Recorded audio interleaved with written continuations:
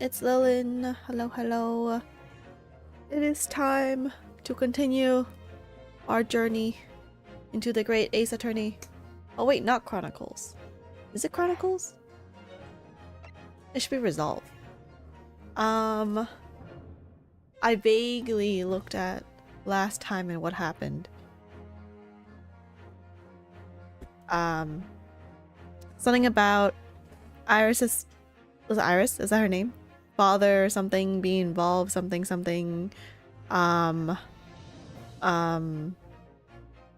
The Inspector Gregson being super suspicious and on some orders, and he was killed. And why was he killed? I have no idea. And for some reason, the title of today is...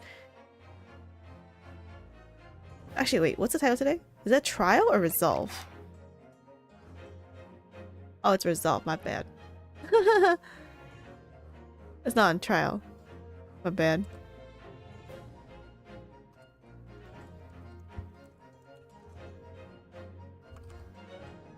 My bad, it was the wrong name.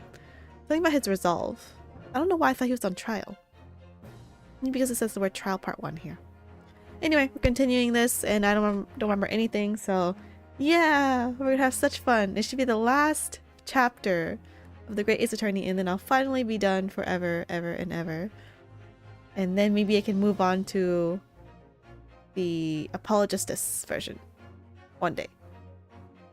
I don't know how long this will take. Maybe a couple more streams. I might be busy other days, but we will see.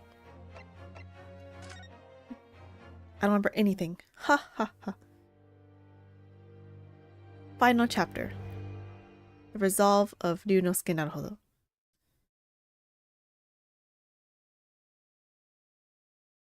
It'll be fully voiced, like always.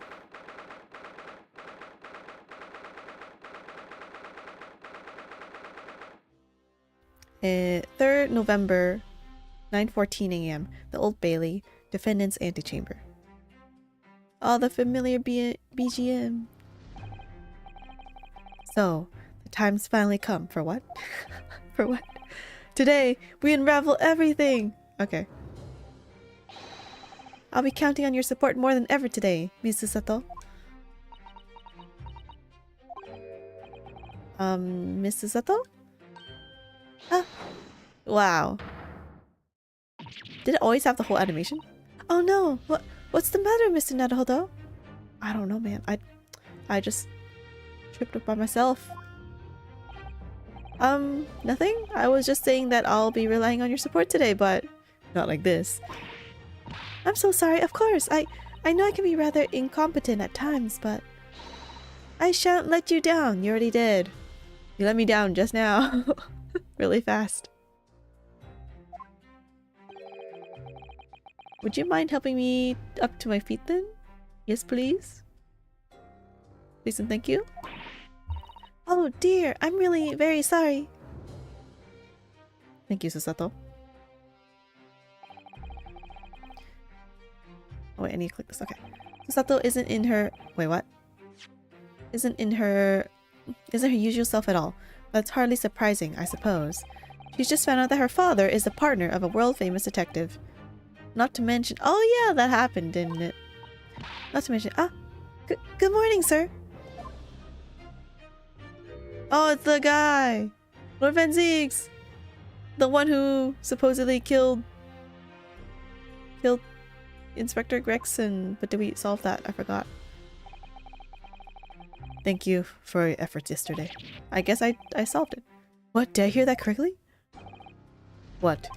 Oh, nothing. Just, I hope we can clear things up today. Oh no, he's still on trial. Okay. I really can't make this man out. His face says, I hate you, but his words are almost jovial today. That's just his face. That's how he looks. In fact, he hasn't been very Reaper-like at all since this all began yesterday. Lord Van Ziegs isn't the Reaper, Mr. Naruhodo. Don't you remember? Some other guy was trying to kill people under his name. Good point. Reaper? I suppose, in hindsight, I shouldn't have allowed that misconception to go unchallenged. Huh? It was my tacit acceptance of that pseudonym. My failure to stop the Reaper, becoming something more than a mere legend, that led to all this. But you're not to blame for that, Lord Van Zieks. It's only because serious crime in the capital dropped off so sharply when the public started calling you that.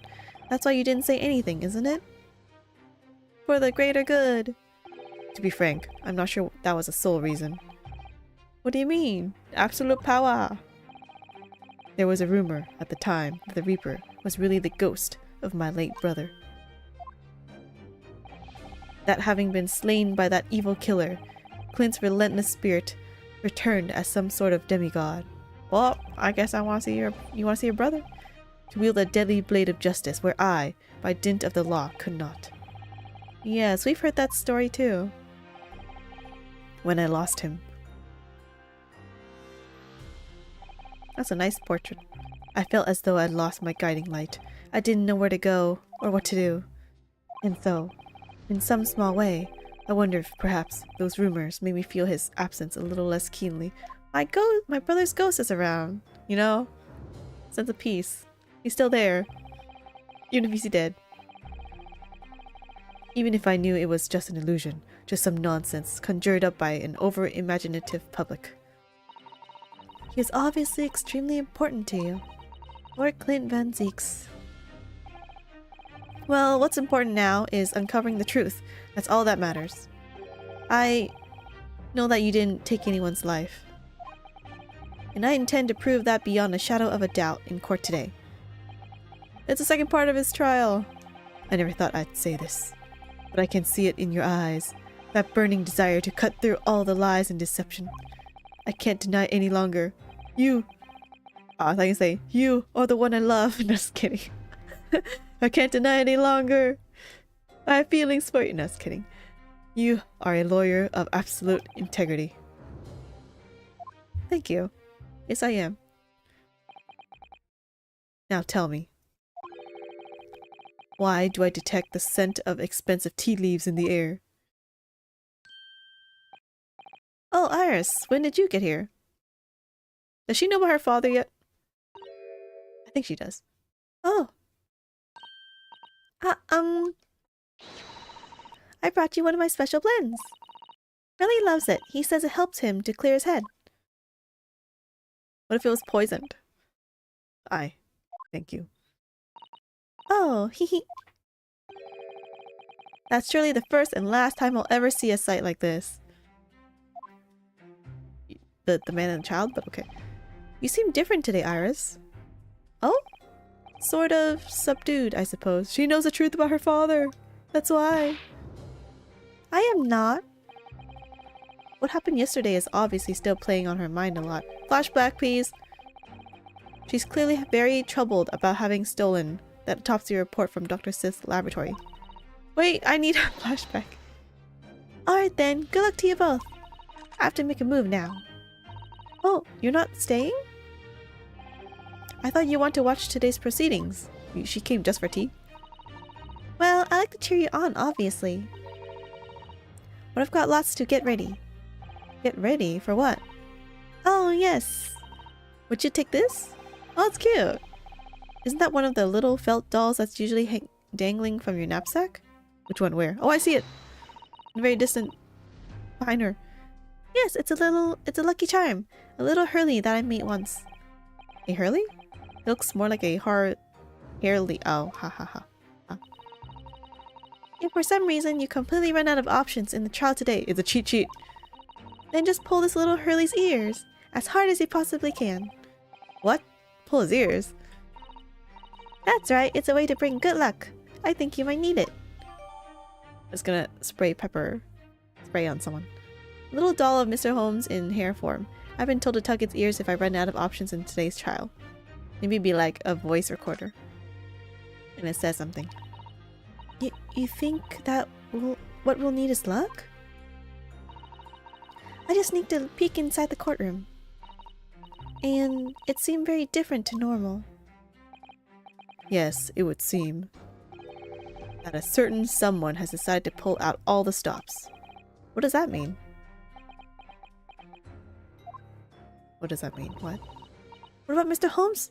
What about Mr. Holmes, Iris? don't know. He was out all night and he hadn't come home by the time I left this morning. Oh, I see. Was Professor Mikotoba out all night too, do you think? Mrs. Soto? Yes, it would seem so. I telegrammed the hotel this morning. And apparently, they didn't come back to their rooms last night at all. They?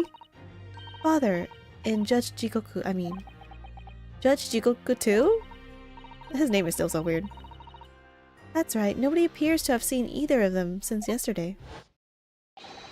Counsel for the defense and the defendant. Court is about to be in session. Please make your way inside the courtroom at once. Let's go. Good luck then, Runo. Good luck, Susie. Yes, thanks, Iris. And you too, Mr. Reaper. I hope it goes well. Once again, I thank you for the delicious tea. It was very soothing.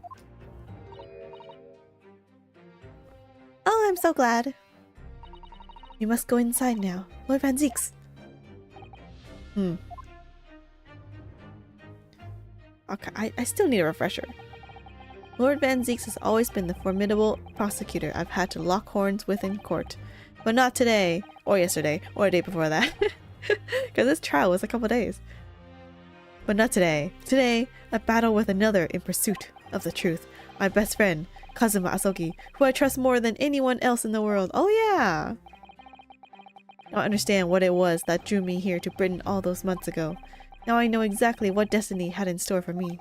It's all been leading up to this one day, to this one trial, to this one final reckoning. My best friend, dude!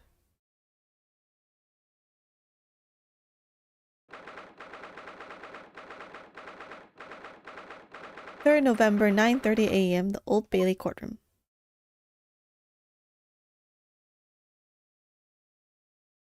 It feels even more oppressive here than it did yesterday.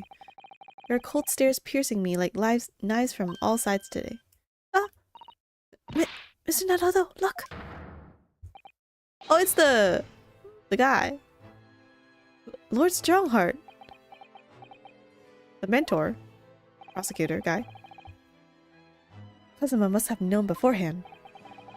The ramifications of this trial now extend far beyond the murder of one Scotland Yard inspector. In fact, thank you for recapping. Events have come to light that threaten to rock the very foundations of our country's legal system.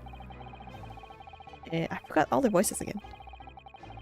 The escape of a condemned criminal on the night of his execution. The subsequent unlawful shooting of the man. Right. The professor escaped on the night of the execution. I don't remember, and then someone shot him, I think. And the revelation that prison staff must have been complicit in the jailbreak. Britain is currently hosting influential members of the judiciary from countries all around the world.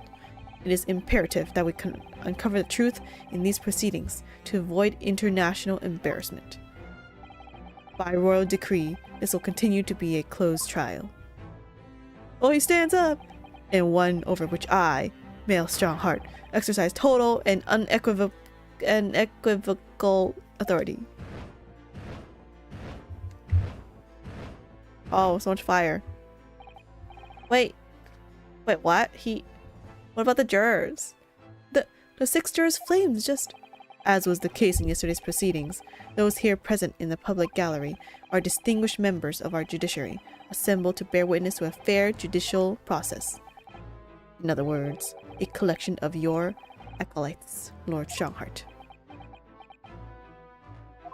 That's not fair! It's not fair anymore. On a personal note, I find this most distressing, Lord Van Zieks. You were a prosecutor of exceptional talent. Much like your brother, Clint. In fact... Oh, hello, Yellow. Oh, it was a unicorn! Was that a unicorn just now? What the heck was that? That's not the usual Javel thing. In the name of Her Majesty the Queen, I hereby declare this court to be in session. For the trial of Barak Van Zieks, who officially stands accused of murder. Oh, the BGM changed. Counsel for the prosecution and defense, are you in full readiness to proceed? The defense is ready, my lord. As is the prosecution. Yesterday's proceedings brought to light a shocking and disturbing fact. There was a side to the victim, Inspector Tobias Gregson, that was unknown to his superiors at Scotland Yard. Yes, he was carrying out operations in secret, which Scotland Yard knew nothing about. And in those clandestine operations, he had an accomplice. Oh, thank you. Recap, thank you. Mr. Daily Vigil, who would be given the inspector's identification and present himself around the capital in order to establish credible alibis for Gregson. I remember that. In that way, Gregson appeared to be carrying out his regular Scotland Yard work, when in fact, he wasn't. But this inspector with the potatoes and the chips and the fish. I thought he was a good guy. At the end of yesterday's session, Mr. Vigil, who had been suffering from amnesia, regained his memory. It would appear he buried his memories at the time deep inside himself as a means of self-preservation. Because whilst he was engaged as chief warder at Barclay Prison, he abetted the convict's escape. Mr. Vigil is currently recuperating at St. Sinner's. He's recovering enough to give a signed statement about his movements on the day prior to the incident. He's formally admitted to posing as Gregson whilst investigating the Red-Headed League. Which brings us to the crucial issue of the victim's time of death. The defense yesterday proposed a suggestion that the victim may have been killed one day earlier. This was based largely on the discovery that the victim's pocket watch had not been wound. The prosecution has something to report on that subject, my lord. Really, go ahead, Prosecutor Asogi. I met once again with the coroner yesterday to discuss the issue. She confirmed that the defense's suggestion could not be ruled out. Wait, which means I was correct, right? Whatever I said ages ago. It's entirely possible that Inspector Gregson was killed on 31st of October, the day before his body was discovered.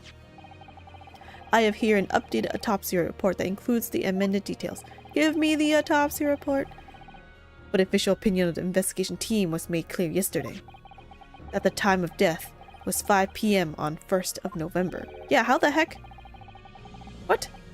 There are indications of an attempt to disguise the real time of death, however. It seems that the natural decaying process of the victim's body may have been slowed by keeping it chilled.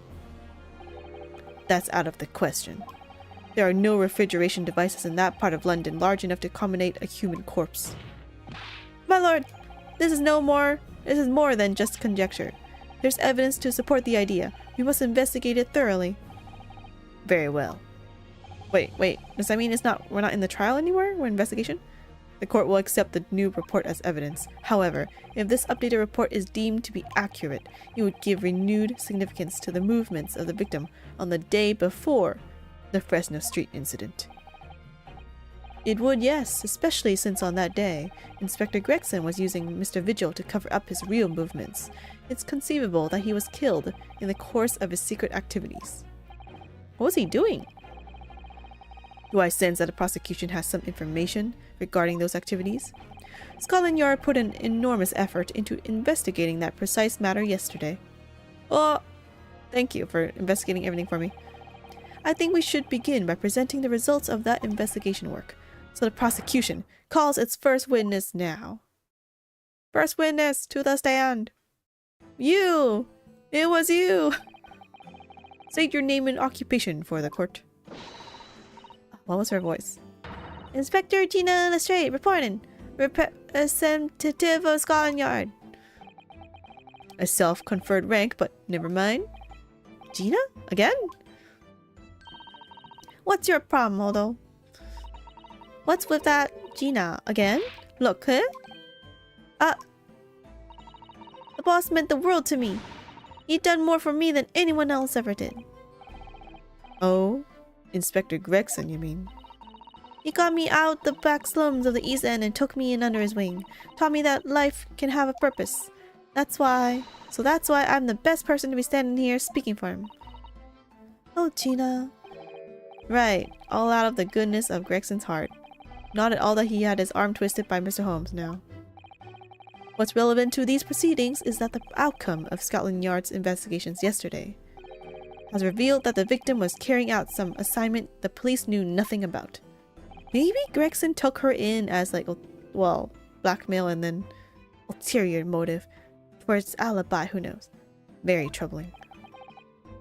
That face. Lord Strongheart knew. He looks the same exact whole time. So, Inspector Lestrade, let's hear exactly what it says in that report. Coming right up, sir.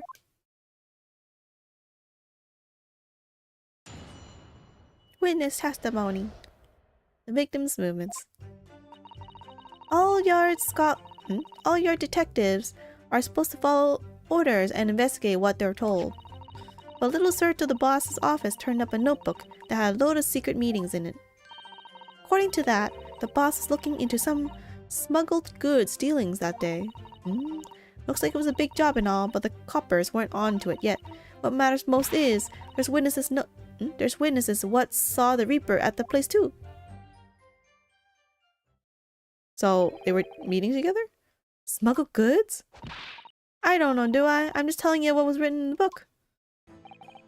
Tobacco, tea, spices, medicines, goods of all sorts flow into London by legal channels from across the globe. Tea, low. And spices. It's well known that they're disposed of at regular black markets that take place in the capital. But the police are rarely able to locate them in time. So Inspector Gregson was investigating one of those black markets? It's been suggested that high-ranking government officials may be involved in black market activity. No doubt Gregson was trying to avoid details of his investigations being leaked to the involved parties. That would explain why he was operating on his own authority without the Yard's knowledge. And do we know where the dealings were taking place this time? In a particular room of a certain exclusive London gentleman's club, and on the day in question. The accused is known to have been there. That's the conclusion of Scotland Yard's investigation into the matter. That can't be! We haven't heard anything about any of this. Members of the club have testified to it. There's no question. The accused, Barak van Zieks, was present. That would be very significant testimony then. Oh my, but Lord van Zieks has made no mention of this at all. In short, Lord van Zieks had ample opportunity to murder the victim. It's like a unicorn. What? Very well then, Counsel for Defense. Begin your cross-examination. The victim's movements are supposed to follow orders and investigate what they're told. Mata! So, you follow orders, do you, Gina? You're going there? Nah, not me. I'm above all that, see? Why is she above? Oh. The boss always has special orders for me. Grab us some fish and chips or go and give Toby his grub, that kind of thing. Lol, she's a assistant. So, errands more than orders then. This detective is still an apprentice after all. Yeah, well, this apprentice ain't one to sit around and wait to be told what to do, even by the boss. That's why I've been doing my own investigations into what happened. I didn't find much at first. But a little search of the boss's office turned up a notebook that had a load of secret meetings in it. I want to see the book. So you went through Inspector Gregson's things? Yep, as part of the independent Lestrade investigation. I'm sure your superiors would be delighted that you're taking the initiative. So I snuck into his office when no one else was about. Plus, if anyone at the yard has seen me going in there, they have turfed me straight out on the street. This is sounding less and less like an investigation, and more like something else, like a theft. The prosecution understands that it was this very detective who discovered the notebook. You got that right. Nothing gets past Inspector Lestrade and your trusty assistant, Chief Inspector Toby, the dog. We found it hidden in one of his drawers that had a false bottom. That's impressive. So then I went to hide myself where no one could find me so I could have a butcher's at what was written in it. Because if anyone at the yard had found me out, they have turfed me straight out on the street. Again? I've given it in now though, ain't I? And if it weren't for me, it would have never been found. According to that, the boss was looking into some smuggled goods dealings. Like what? Do you have any idea where those dealings were taking place? Yep. It was all there in the boss's notes. Let's see if I can remember. As I already said, the illegal dealings were due to take place at a gentleman's club. He's like, dude, I said this earlier, girl. Yes, I remember, but I was hoping to find out the name of the club. That won't be necessary. What? It's conceivable that a club may be used again by the smugglers in future. Therefore, the prosecution has been asked not to reveal the name in these proceedings. Wait, why? So people would find out? I don't know what all the fuss is about. It's right here. All I've got to do is read it out. And I could too. I've got this reading game buttoned up now. Cousin be like, I'm trying to keep a secret, girl. For people, don't say it. Can't I show you what I can do? Go on. Go on. What's the harm? The judge hasn't signaled his objection yet. I could try to find out. What should I do? Yeah, why not? Insist. This is a closed court. The proceedings are confidential. There shouldn't be any possibility of the information being leaked. As I explained, there is some possibility of politicians being involved in this affair. The prosecution is rightfully exercising caution, I imagine. No, my lord. What? The prosecution has no objection. What? Then why did you say? Maybe he's the suspicious guy. He looks very suspicious. Kazuma. He's not objecting, but the other guy is. There is no question that Inspector Gregson was looking into these black market dealings. However, it's not yet been established that he was on that particular trail on the day in question. If the defense requires to know the club's name, the prosecution has no intention of being obstructive. Oh, hello, hello. Hello, Joshua. Ace Attorney 10. Right then, I get to show off me reading skills. Gina can read it out loud for us. Apparently, to smuggle goods, steal goods, what's gonna happen at a gentleman's club called the Grouse. The Grouse. That sounds familiar. Or maybe it doesn't. This is like 3 months ago when I last checked. The Grouse. Let's have a look inside. What was inside again?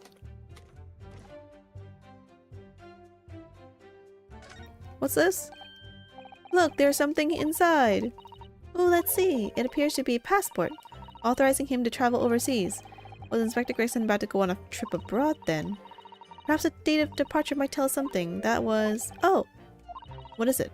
It's for travel on the 31st of October, just 1 day before the incident. Wait, that's the day of the incident. What, really? Gregson went to France the day before his body was discovered. What? This is the date of the incident then. But that's this one though. Within 1 week from 31st of October. Last will. Wasn't grouse? No, I thought the word grouse was very familiar. Official warrant. Oh, whatever. They'll probably mention it somewhere. Wait, was it here?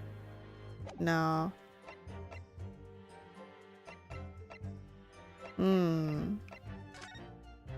Well, we'll probably figure it out somewhere.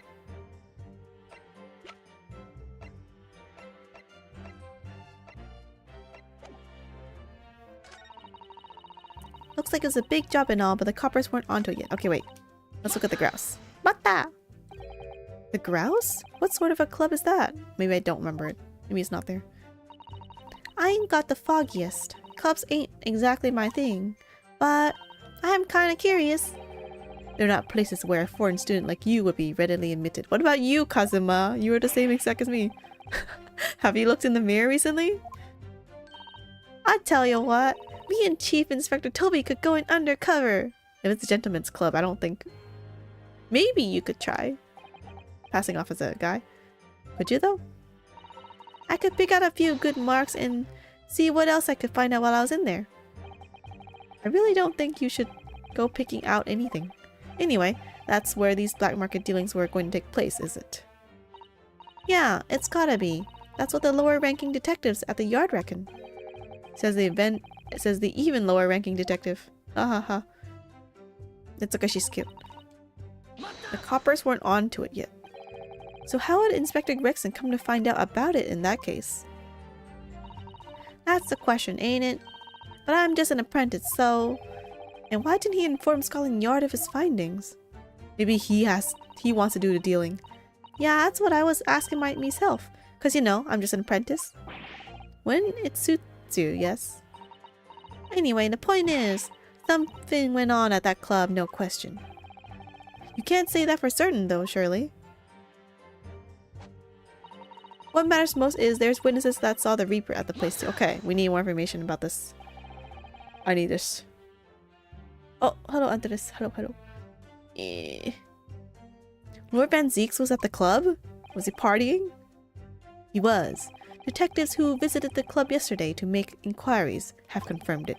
Several members report having seen the accused being admitted to the room in question as a guest. It looks like there's no disputing that he was there then. Well, we know that Lord Van Zeeks was investigating Inspector Gregson, don't we?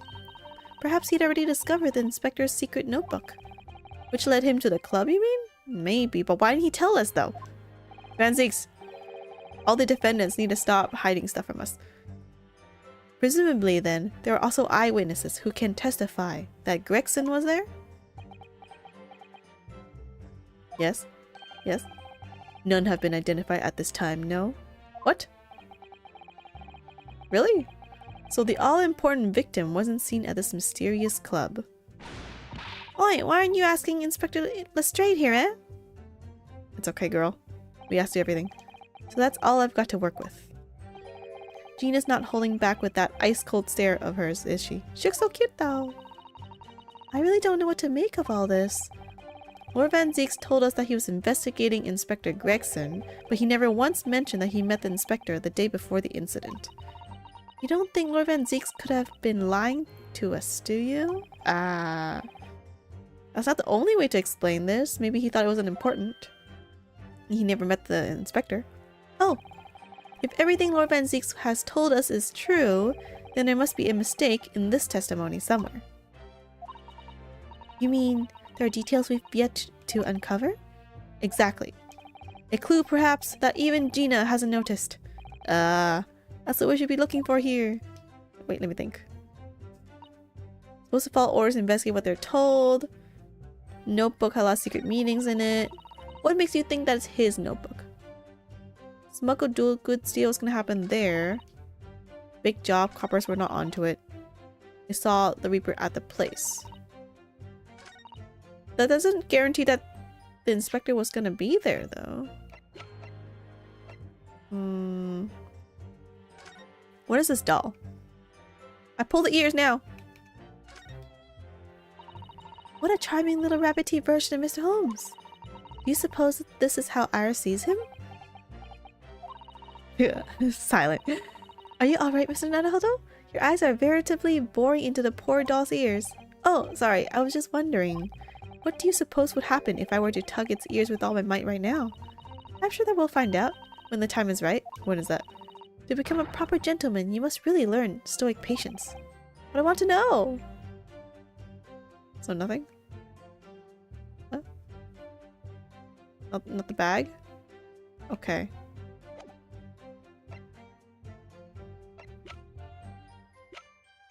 The grouse. Reads one of these things. Credit to Inspector for petitioning so doggedly for the autopsy procedure. This was the autopsy by John H. Wilson, which is her father, for the brother. He was gonna go to France. Applicant and one additional person to travel. Wait, they saw him on the day of. Wait, I know now. Let me save. Let me just save. Okay, they're saying that they're in the same place at the same time, right? Supposedly here. They saw at the place too, right? But he couldn't have been at the place. They're talking about 31st, right? He couldn't have been at that place because he was going to France starting the 31st of October. So this one. Igiari. Oh, darn it, the BGM didn't stop. Exhibits a fundamental inconsistency. Nope, nope. No, that's correct though. Maybe it's too much into the conclusion part and there's not enough supporting evidence. Okay, it's not that one. Okay.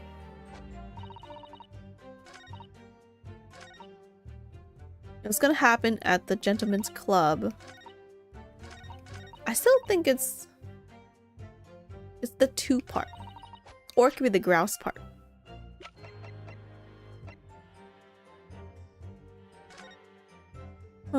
Give all things to my son. Photograph taken. That should not be relevant. Maybe let's look at his ID. Again. Can't find anything out of the place, huh? Can I open it? I suppose we should see what's inside.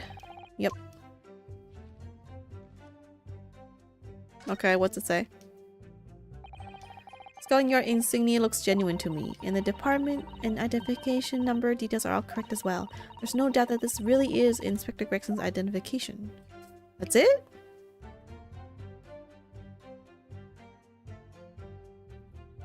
Darn.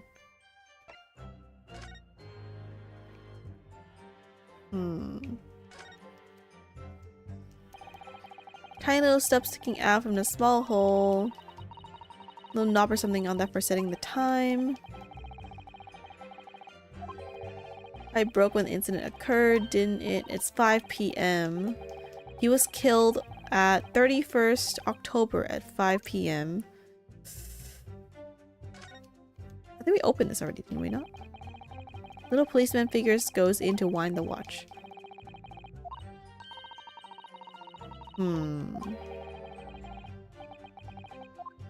Reminder of the past.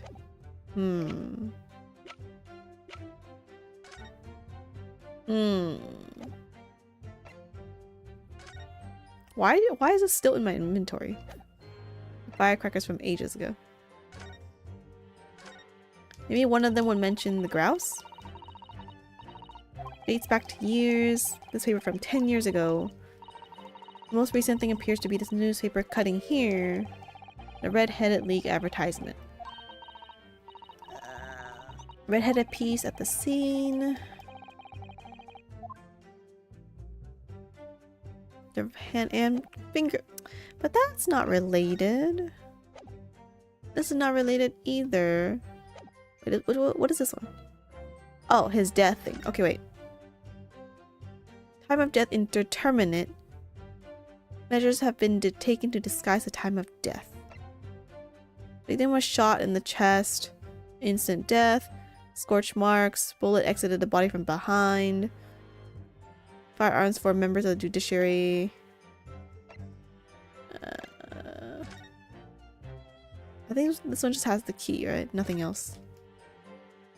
If you unscrew it or something, the key comes out.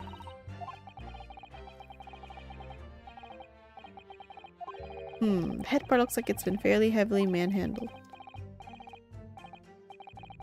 It gets turned around and around every day. But they don't show the key. Oh, there it is. We did this last time already. This is a little key used to wind the inspector's pocket watch. It was mystery at first why it should be a policeman, but it's because it was a gift from Scotland Yard in recognition of Inspector Gregson's hard work. If its head did fall off from overuse, it might seem a little inappropriate, don't you think? That's the British sense of humor for you, I think.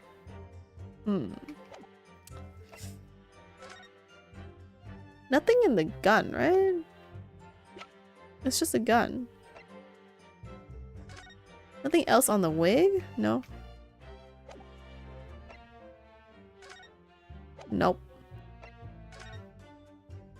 Oh, the guy's relieved of his post. Introduction. Don't need this. Don't need this. Does it say grouse or anything here, maybe?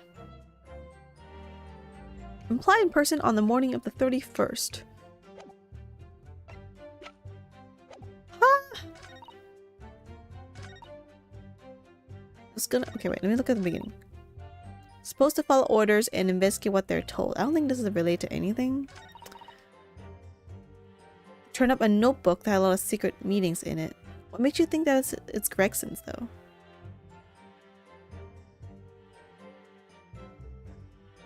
Can you give me that notebook? Wait, maybe if I click this again, something will happen. The grass, what sort of club is that? Oh wait, no, we talked about this already. I am kind of curious. No, this is unrelated.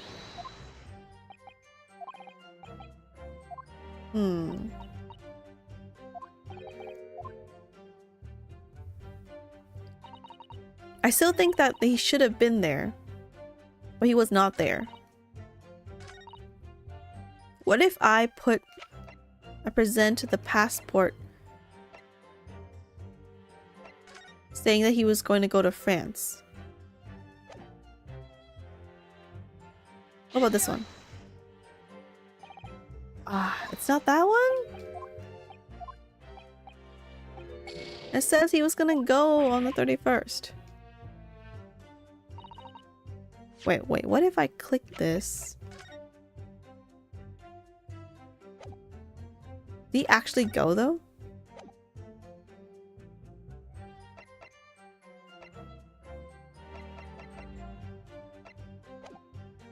I think it has to be one it has to be that passport, but somewhere else. Hoppers weren't onto it yet.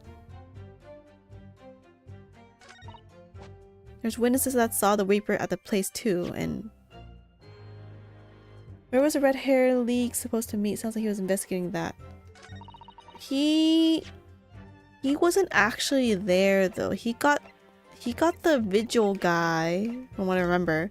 He got this guy to disguise himself as himself to pretend that he's investigating it.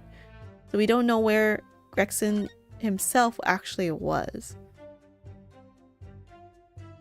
Does it say where to go, actually? Oh, large park on Lime Street. Nothing to do with grouse. Grouse. Was grouse the name of something else?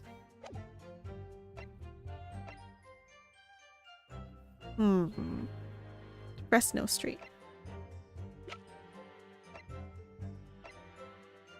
Fresno Street. Inspector Gregson's here. It could be that I forgot everything because it's been a while since I played. What about the metal? What about the metal thing? I still think it's the Partisans 2. You saw them at the place 2. Darn it. It's this large park on the 31st, so maybe something about the date is wrong.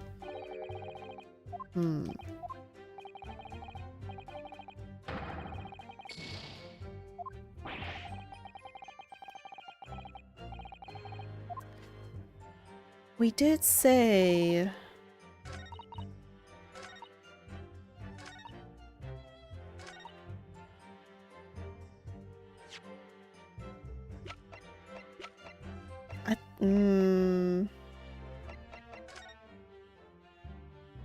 on the 31st, right? I could try, but yeah. I will need to restart this. That's why I saved right before.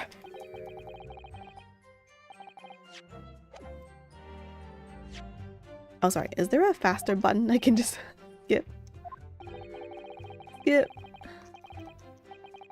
Skip everything. Ah, my last life. Do you want me to fill the English channel with tears instead of tea? At the grouse. At the grouse port.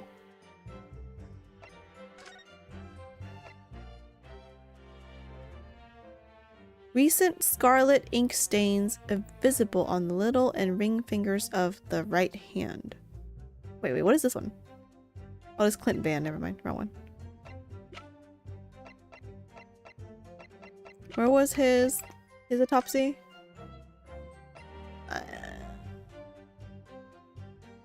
No. No. How could he have... Wait, let me see what they said. What's their hint again? What's the hint?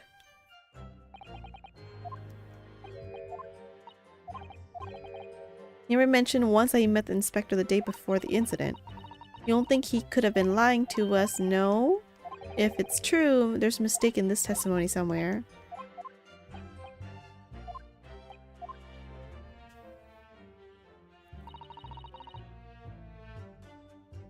Well, I mean, they're not investigating what they're told. But, yeah, they're supposed to do this, but he did something else. A secret something.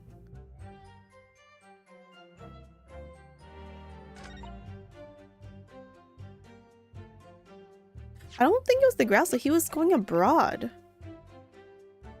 Wait, what if it... Let's open this again. Is there anything else? Wait, what is this mark? Couldn't be in the same place at the same time, so we have to find something that proves they weren't together. It's either they weren't together or he was not... Or Gregson was not at that Grouse place. I wonder how it happened. Darn it. That's it. The blood.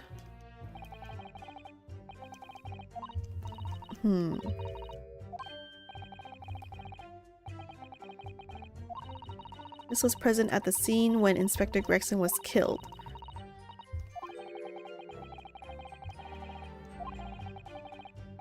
It was present when he was killed. It does not look like a grease stain from fish and chips. It's red. What? First thought would be, is it blood? I mean, if this was there when he was killed, and that's where the passport came out from earlier. Wait a minute. Oh, this knife. It's glinting. Looks like a fragment of metal of some sort. Oh, I didn't even notice that. Oh, doesn't matter, I guess. The fact that he had the passport with him. Let me throw this at her anyway. Okay. Wait. I think we're gonna have to try a lot of things.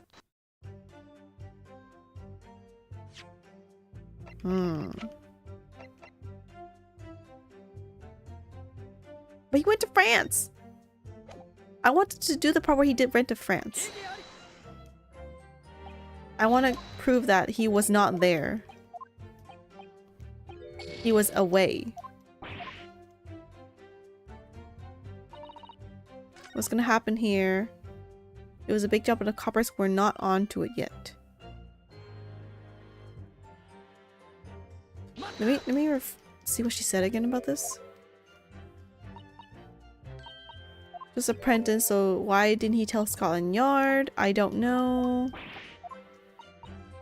Point is, something went on at that club, no question. Ah, that's nothing really.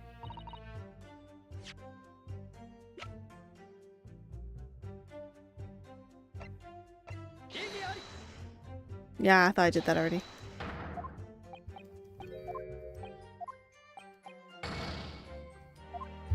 Is this something I'm just forgetting? If it is, it'd be really sad. You saw the Reaper at that place. He was at the club. There's no disputing he was there. Perhaps he rediscovered the inspector's secret notebook, which led him to the club. But it was hidden away, but okay. There are also eyewitnesses who can testify he was there. Nope. He wasn't seen at the club. Oh, hey Noni. Hello. My memory is failing me. I don't know what they want. Or maybe I'm just clicking the wrong sentence. Little search of the office. Boss office turned up a notebook. What if it's not his? What if it's not his notebook? Are you sure it's his? He snuck in. Basically. That's it, right? That's all she says. There's a false bottom. Went in. Try to see if anyone... Okay, yeah. Went in and saw it. Yada yada yada. I still think it's like either this one or the 5th one. Gentlemen's club called the Grouse. That's the only new information that we have. Is it somewhere else in this? Is it like down here? St. Bartholomew's Hospital? No? Okay.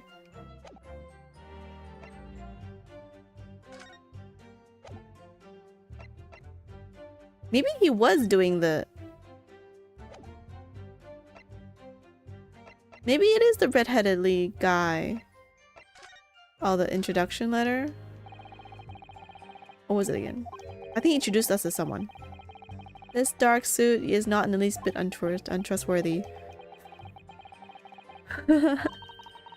I think it's talking to the prison warden guy. I think it was. So it's unrelated. Oh! Oh!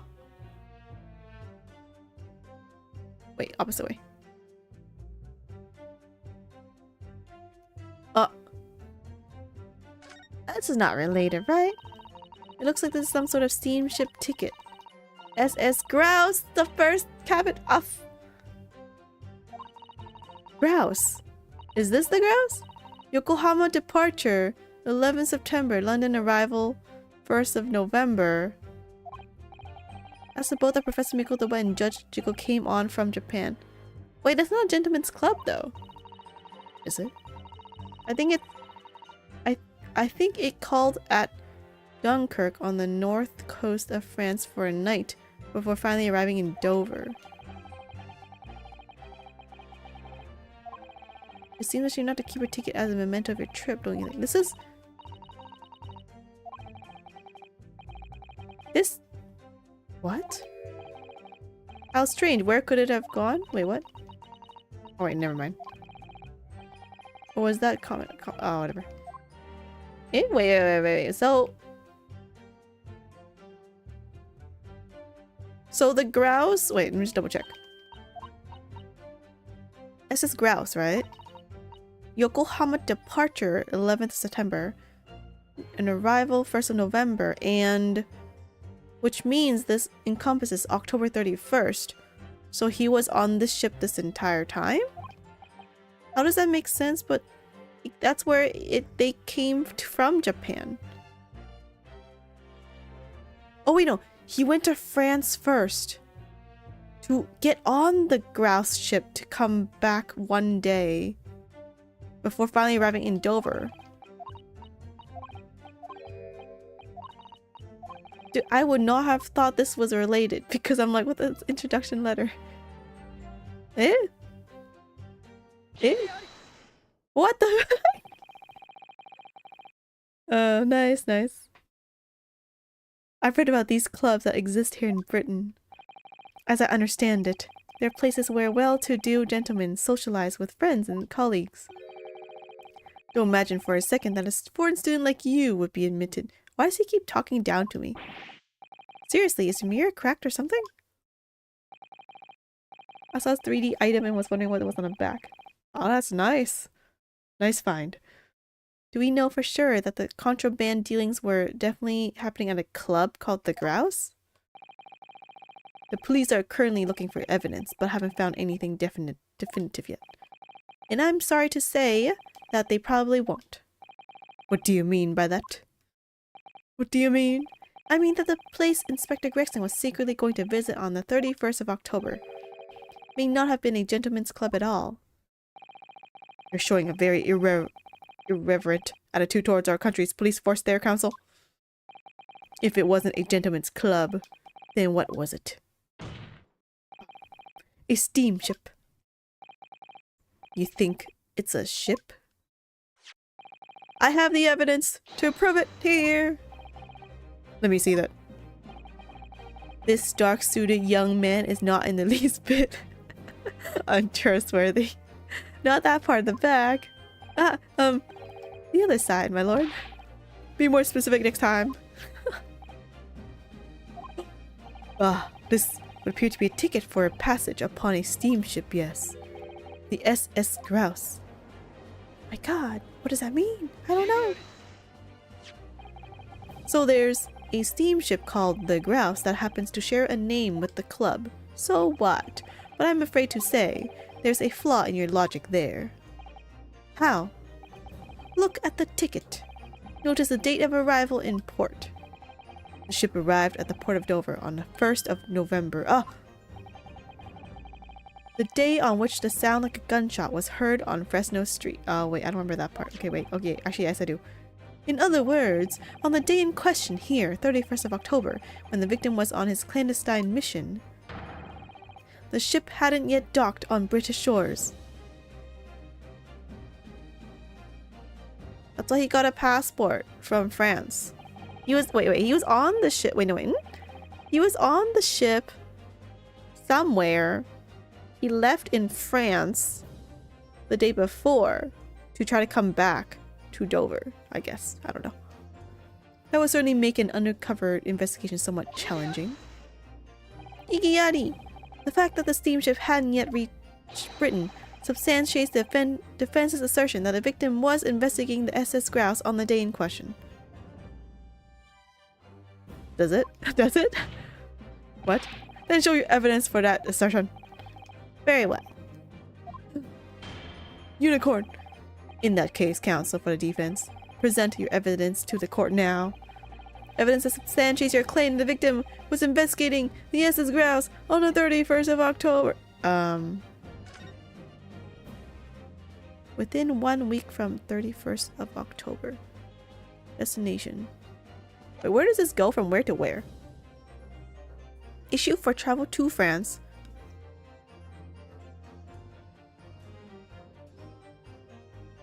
He could have just went on, I guess, and not done anything.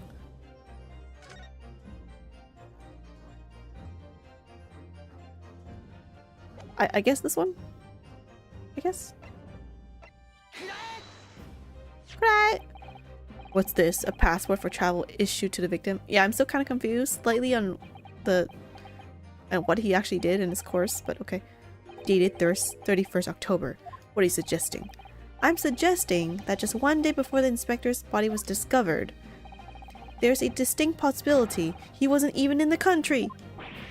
Gah. He went to France to board the ship. Or attempt to board the ship. Wait, but he wasn't on the ship. I'm so confused now. No one saw him. Maybe he was killed in France. Order, order. This document is for passage to France. It does appear to have been officially authorized. The day before the SS Grouse arrived at Dover, it docked on the northern coast of France for a night. According to my father, who was on board, at the port of Dunkirk. Dunkirk, France. What could possibly have taken the victim there? The fact that he wanted to go on the ship, right? Ha ha ha ha ha. I'm impressed, Ryunosuke Naruhodo. I certainly didn't expect you to get your hands on that passport. What? You mean you knew about this? The prosecution's strategy for this trial had been laid down by the Crown Prosecution Office. On the day before the incident, the victim was investigating contraband dealings at a London club. That's the outcome of Scotland Yard's investigations, and the line the prosecution has been asked to follow. But personally, I don't agree. I think the prosecutor's office is trying to hide something. What? Are you on my side or are you on your side? And now you've expertly disproven their assertion. I intend to reveal what I believe that something to be. Well, it's like, I tried my best. The other person, outsmarted you guys' conclusion, so I have no choice but to bring the truth. Now, what are you playing at, Prosecutor Asogi? Oh! He was the one that told him not to tell anyone then. The courtroom is a forum for the truth, my lord. which is why it's my duty to present all the facts, without exception. Let me guess. This was your intention from the outset, wasn't it? The reason Inspector Gregson secretly made his way to the steamship docked in France on the date in question was to carry out a mission for the Reaper. I mean, I think we all kind of knew that, right? Wasn't he involved with the Reaper? The Reaper? He was kind of involved the whole time. Oh, the poor unicorn! He hit it 3 times. The horn would die by now and break off. Order. Order. What are you saying, counsel? Prosecution made an assertion in court yesterday. Okay, please, thank you. Read flashback. Inspector Gregson was investigating the identity of the Reaper. When he discovered the location of the man's secret hideout, he was killed. As I'm sure everyone can imagine. By the Reaper's hand! Wait, what? He was investigating identity, but he was working for the Reaper. What? Okay. But in reality, the truth is the opposite of that. What? It's like Kazuma knows everything and I'm just like the guy who's helping him. Inspector Gregson wasn't investigating the Reaper at all. He was in fact acting for the Reaper. That was my other thought, I guess. So, you were saying the mission he was undertaking was...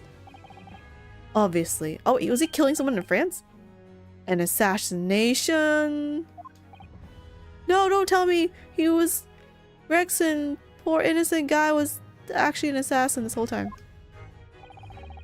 Backseat never carried out any of the actual killings. Whenever the Reaper's victims lost their lives, he always had a cast iron alibi, which tells us that he must have had an accomplice.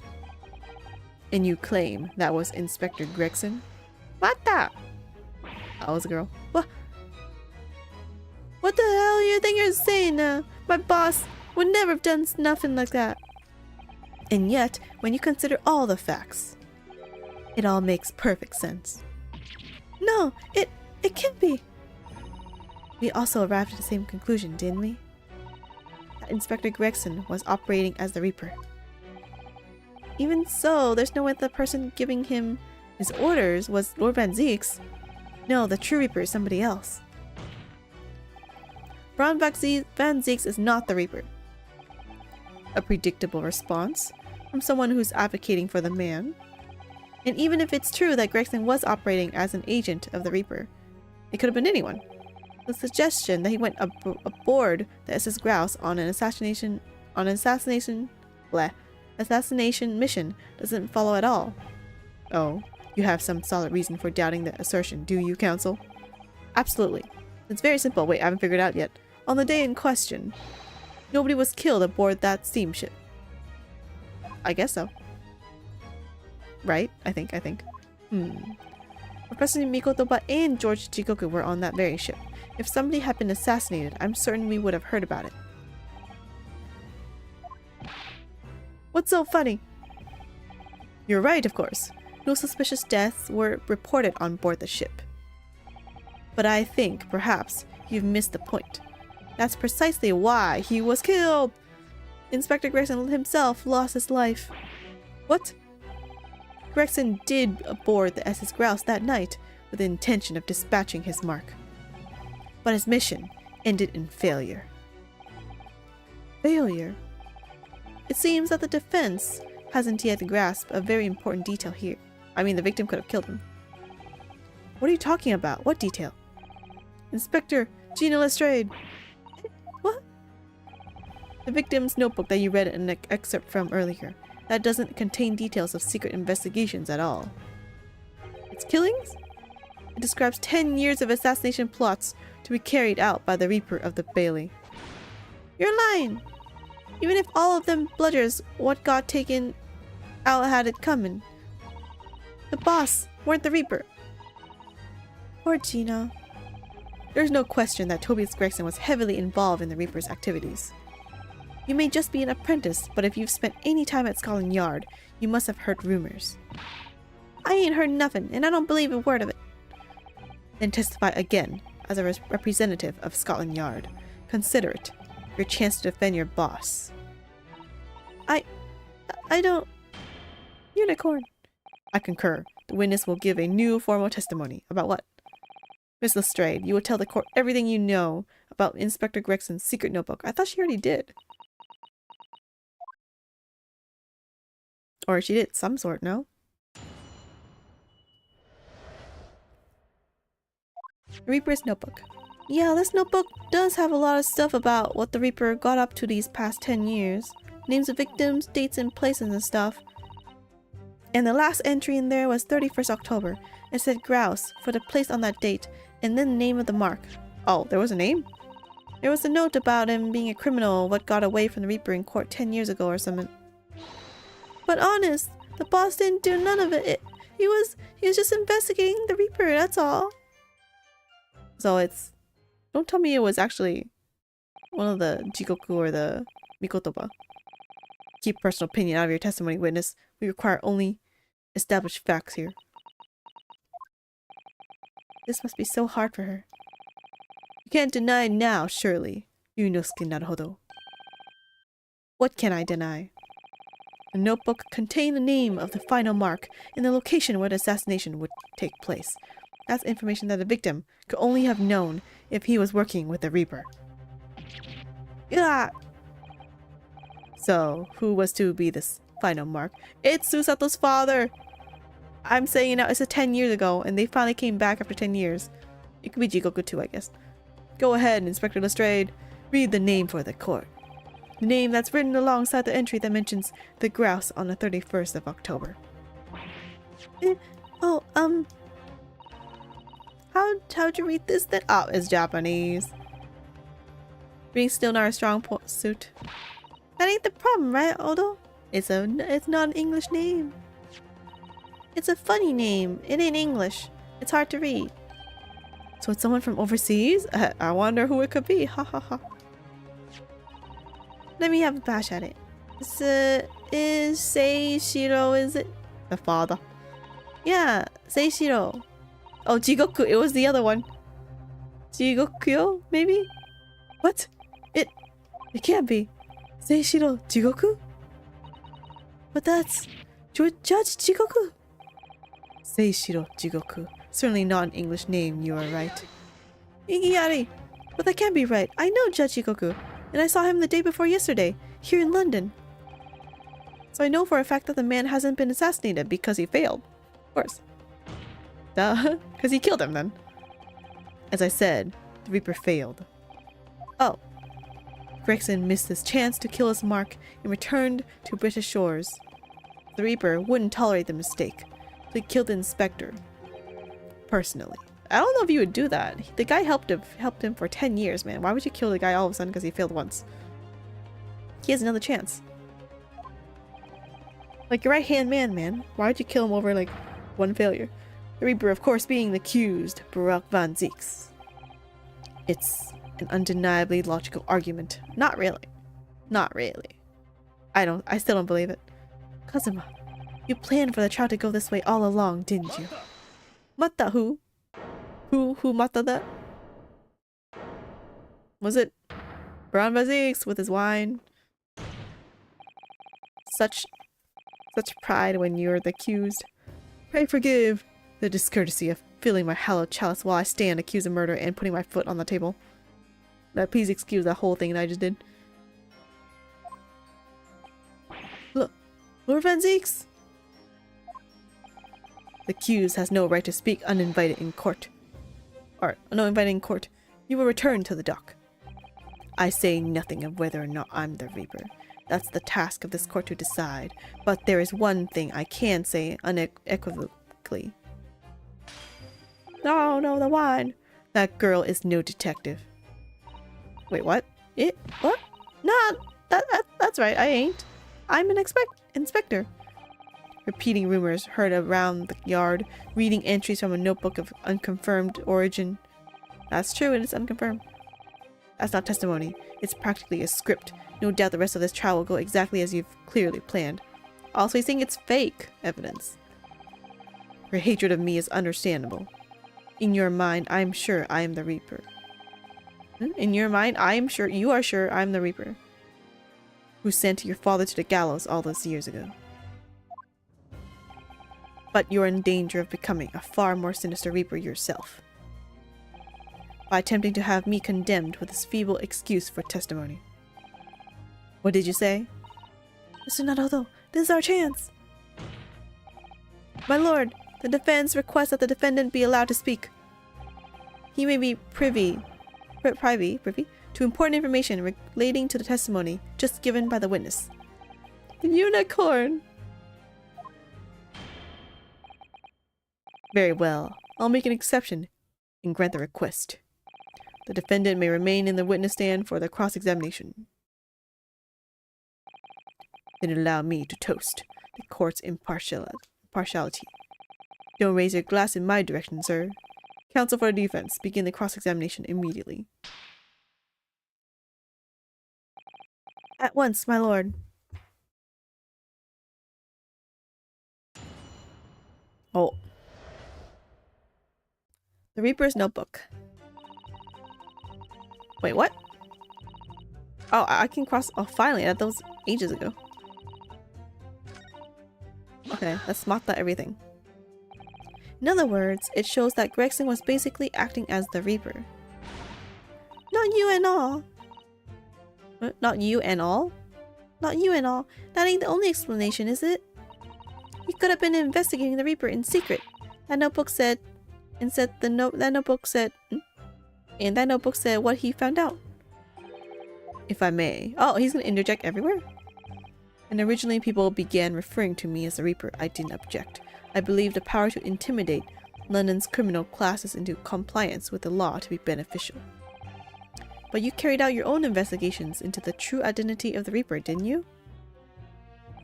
Yes, and those investigations proved conclusively that Gregson was one arm of the Reaper. Really, you knew that? One arm? What are you on about?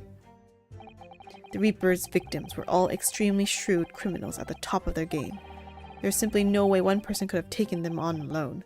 The Reaper is an organization. Oh, what? With you at its head? Lol, he keeps trying to like make him say stuff. I had spies at the yard keeping me abreast of Gregson's movements, letting me know when he was elsewhere. So I've been able to check the most recent entry in his book. I knew the location. You knew it said grouse? Believing it to be a reference to the Gentleman's Club, I went there on the day in question to investigate. Alone. Ah, so that explains why several members of the club claimed to have seen you there. But of course, the inspector was not there. Because at the time, he was making his way to the steamship docked on the northern coast of France, as shown by the passport found in the victim's metal trunk. Very well then, back to your testimony about the contents of this notebook. Fine. Is something wrong, Mr. Naruhodo? You seemed a little shocked by something a moment ago. Did I? Oh, no, it's alright. I'm overthinking this, aren't I? Wait, what? About what? Wait. Share it with me, Naruhodo. We are one body. Wait, go back. Okay. Before I continue, let me go bathroom.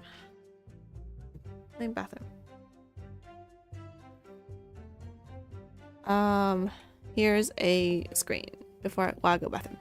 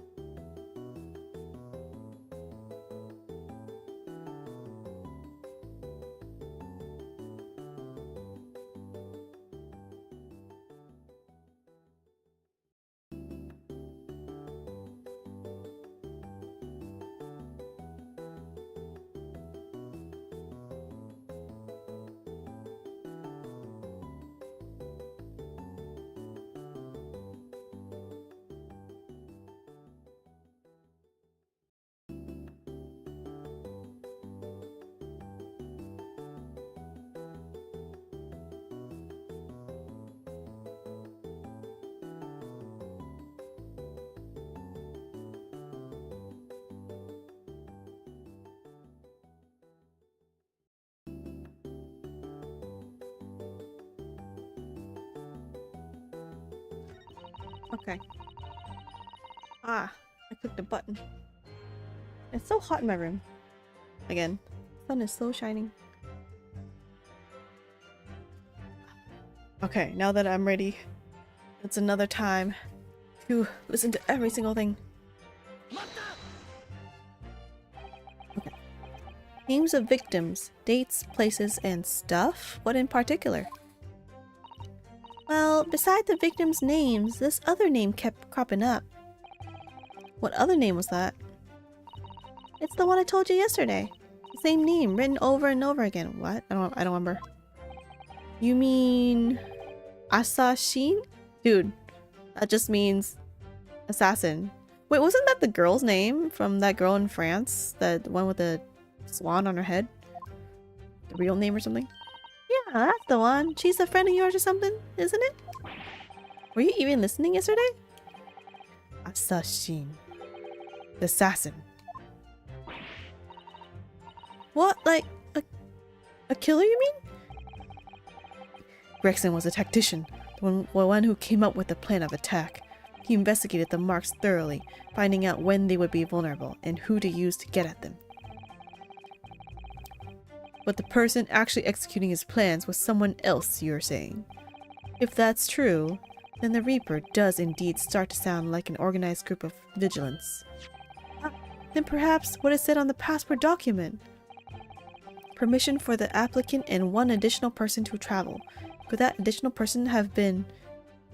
You would think that there'd be more authorized... You can't just be like, yeah, I just want an extra person to travel with me. It doesn't matter who they are. Criminals, assassins, you know, whatever. I thought they all need, like, their own documents. Clearly, the assassin who was meant to take Seishiro Jikoku's life. So weak again. Gina, can you confirm that? Against the final entry that listed Grouse and Seishiro Jikoku, what name was written? Oh, well... That's the only entry that didn't have a name next to it, as it happens. What? It was just... It just had a question mark or something there, I think. Wait, can you just show me the sticking book, man? Just give me the book. In other words... Gregson himself didn't know the identity of the assassin in that case. How do you not know? But Gregson was the one making the plans, was he not? Oh, how infuriating! A nameless assassin. It said Grouse for the place on the date and then the name of the mark. And you're saying that the mark listed was Seishiro Jikoku? That's what it said, just show me the book. Funny name if you ask me. And I thought your name was odd. So pleased to have lost my crown there. Mr. Jikoku is the presiding judge of Japan's Supreme Court of Judicature. I remember the man. He came to our country as a visiting student 16 years ago, studying international law and diplomacy under your tutelage, Lord Strongheart. That bearded young fellow was a very able man, I must say. So Lord Strongheart was Judge Jikoku's mentor, okay? If I'm not mistaken, he returned to Japan 10 years ago now. 10 years ago, after that fateful case. Precisely. In the aftermath of the professor case, his repatriation was organized immediately. Oh, I'm also in the way. Okay. It's a mystery why such a man would be listed in the inspector's notebook. I didn't think it was possible, but the mood in here has got even worse now. Maybe I'll just keep talking. Girl. I'll just keep talking. There's no about him being a criminal that got away from the Reaper in court 10 years ago, which is the professor case then. What do you mean a criminal? Judge Jikoku is no criminal. Well, don't ask me. I know nothing about it. Oh, do you remember what father told us? That Judge Jikoku did once appear in court here in Britain. It was related to the professor case, I'm sure. Yes, of course, you're right. Then he said something... Maybe he's accomplice to the professor case? I don't know. Seishiro was trying to mitigate Genshin's guilt, so he took this to the stand to testify. But he got a little carried away and... actually managed to break the witness stand. What? He also said some contemptuous words about the British Empire, for which he was charged. Oh, well. Okay. That can't be reason enough to kill someone, though. It was a pitiful situation, yes. I'd forgotten all about it. But I prosecuted that trial too, as it happens. You did? It was considered to be an adjunct to the professor proceedings, you see. But he was acquitted after being told to make a reparation for the damage caused to the sand. That's it? And there you have it. Have what? Surely the accused hasn't forgotten his own rule. That there's no saving anyone who faces the Reaper in court, guilty or innocent alike. And that can't be the reason why you killed someone. What? No! Are you suggesting that the reason Judge Shikoku was targeted for assassination? The man was sent back to Japan immediately after that trial. The Reaper had no time to do his work. But then, 10 years later, the mark returns to Britain once more. Perhaps now you start to see just how vindictive the Reaper is. Come on, that's absurd! To take someone's life for that? Isn't the whole premise of the Reaper absurd, killing those who have been found innocent? Clearly, the rules by which the man operates are beyond a sane person's comprehension. But that's absurd. Yeah, objection. Igiyari. Right, I've had just about enough of this. Gina? All this nonsense about the boss planning to kill people. It's cobblers. Come on, Odo. Yes? What do you want me to do? Why aren't you saying nothing? I think we all assume that he's part of the Reaper. Why aren't you yelling out objection or something? What? Because, you've got to find a flaw. You do usually. He looks pretty guilty though. Someone's lying here, no question. You've got to work out who it is. Please. For the boss. I don't know, the boss is pretty guilty at this point. He looks very suspicious. That outburst was an insult to the court and to your own testimony. I might have known that a common pickpocket from the back slums couldn't make a detective. She was just a witness. She's not even a... She's just a witness, man. When this trial's over, you will forfeit your warrant card, Miss Lestrade. Is that clear? I've had it with a lot of y'all. It's lies every bleeding place you look in this world, ain't it? Well, I've had enough. Gina, what'd she do now? She go back to be a thief then? So have I, after that speech of Gina's. I've made up my mind. To do what, Mr. Naruhodo? There was one point in this cross-examination when something that was said just didn't sit right with me. One statement that seemed odd. Wait, I don't know what it is yet. Oh, do you mean? I'm not gonna let Gina's plea for help fall on deaf ears. What?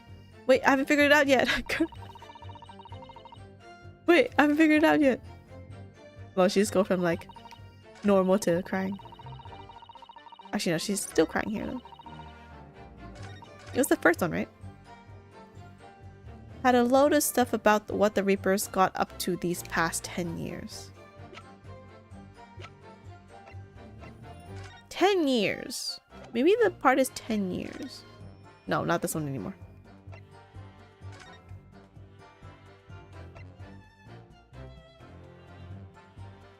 I don't know. There was one guy that escaped the Reaper, right? Some guy who went to, was it Germany?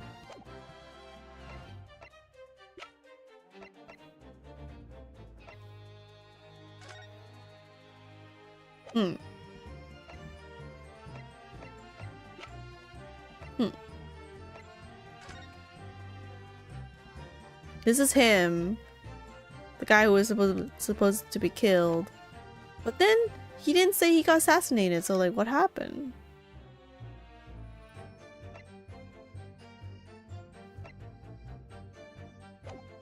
Aw. Aw. Permission to travel. 1 week. Police business. Clint. This was the 10 years ago thing, right?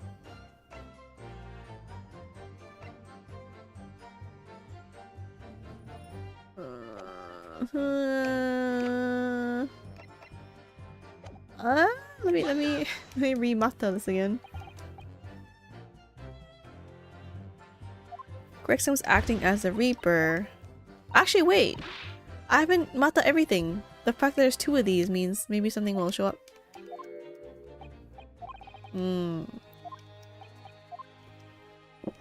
Carry out inspections.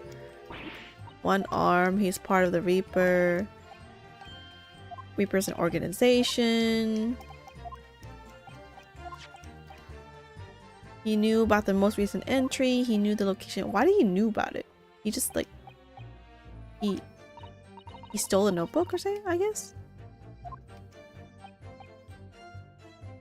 Inspector was not there because he was on the ship, right?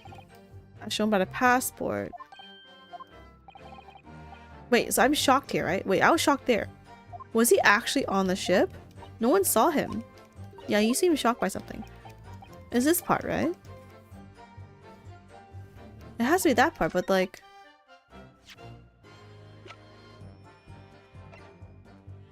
Did he actually go on the ship? That was the part I couldn't figure out. If he was on the ship, the other guy would have known.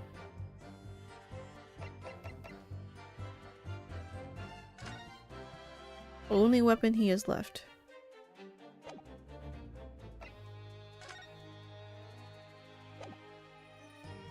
What about this trunk? If this trunk was on the ship, there was a knife here. Or something. So someone obviously tried to stab him or something.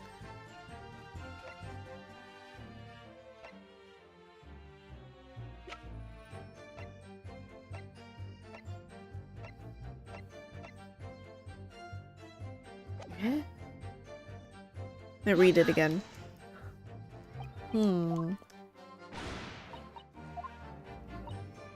Investigating in secret. Carry out your own investigation. 1 arm of the Reaper. It's an organization with you at its head. I mean, we think it's not him at the head. Someone else. Unless Gregson's the one at the head. Or maybe, I don't know. How are you able to check the recent entry, though?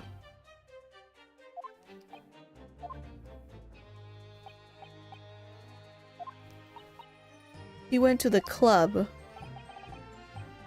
Inspector wasn't there. Yeah, but why did the other people see him then? He's making his way to the steamship. As shown by the passport. As shown by the passport. Should I look at the passport some more? With the secret assassin, right? Maybe the assassin's the one that killed him.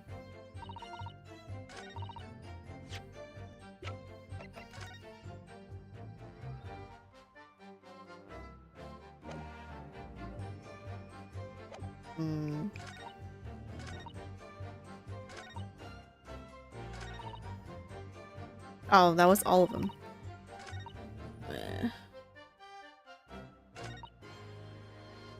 Last entry there was 31st of October.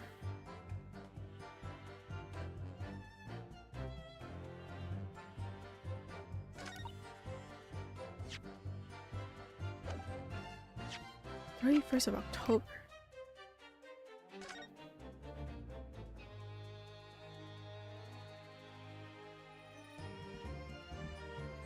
Within 1 week from 31st October. That's why he went. He left. But if he left, why was this thing back? Because someone brought his body back?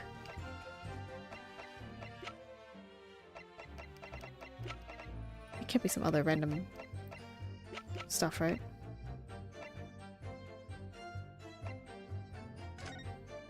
No, it's not this one anymore.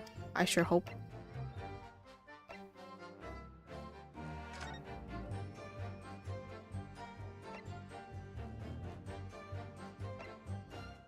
It's about the ship, though. They're definitely talking about the ship.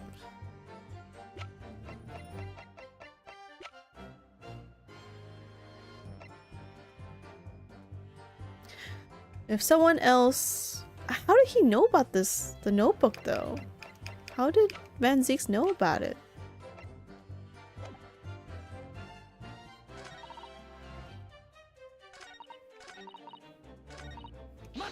Let me just mata there. I want to thank you, Gina. You helped me find my resolve. Eh? What do you mean? Amongst everything we've heard during this cross-examination, you can tell me more? Okay. There's one thing that defies explanation, one inconsistency. Which one? What an inconsistency? Really, Ildo? I don't quite know what it means yet, but... Huh? I don't know yet. Yes, there's an inconsistency in something that was said by... Eh? Eh? Eh?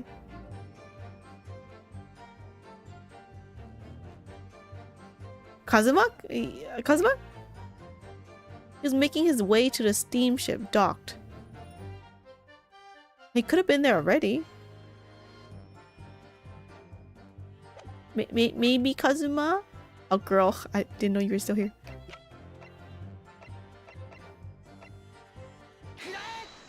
I mean, I don't know what it means, but okay, sure. You, Kazuma Asogi. Okay, I just guessed, but okay, cool. Me? Is this some attempt at filibustering, counsel? Prosecutor Asogi has given no testimony. What are you suggesting? I said that was inconsistent.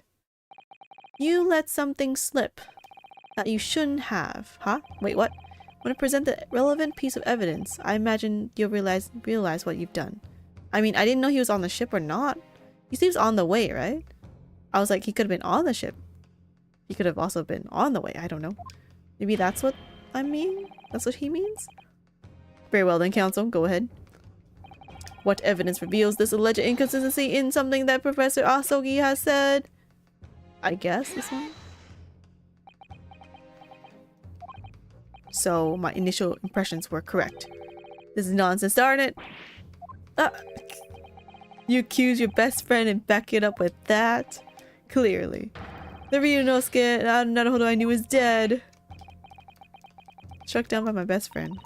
I believe that you intended to point out, Mr. Naruhodo, was when Kazuma said, oh thank God for, because at the time he was making his way to the steam shop docked on the northern coast of France, as shown by the passport found in the victim's metal trunk.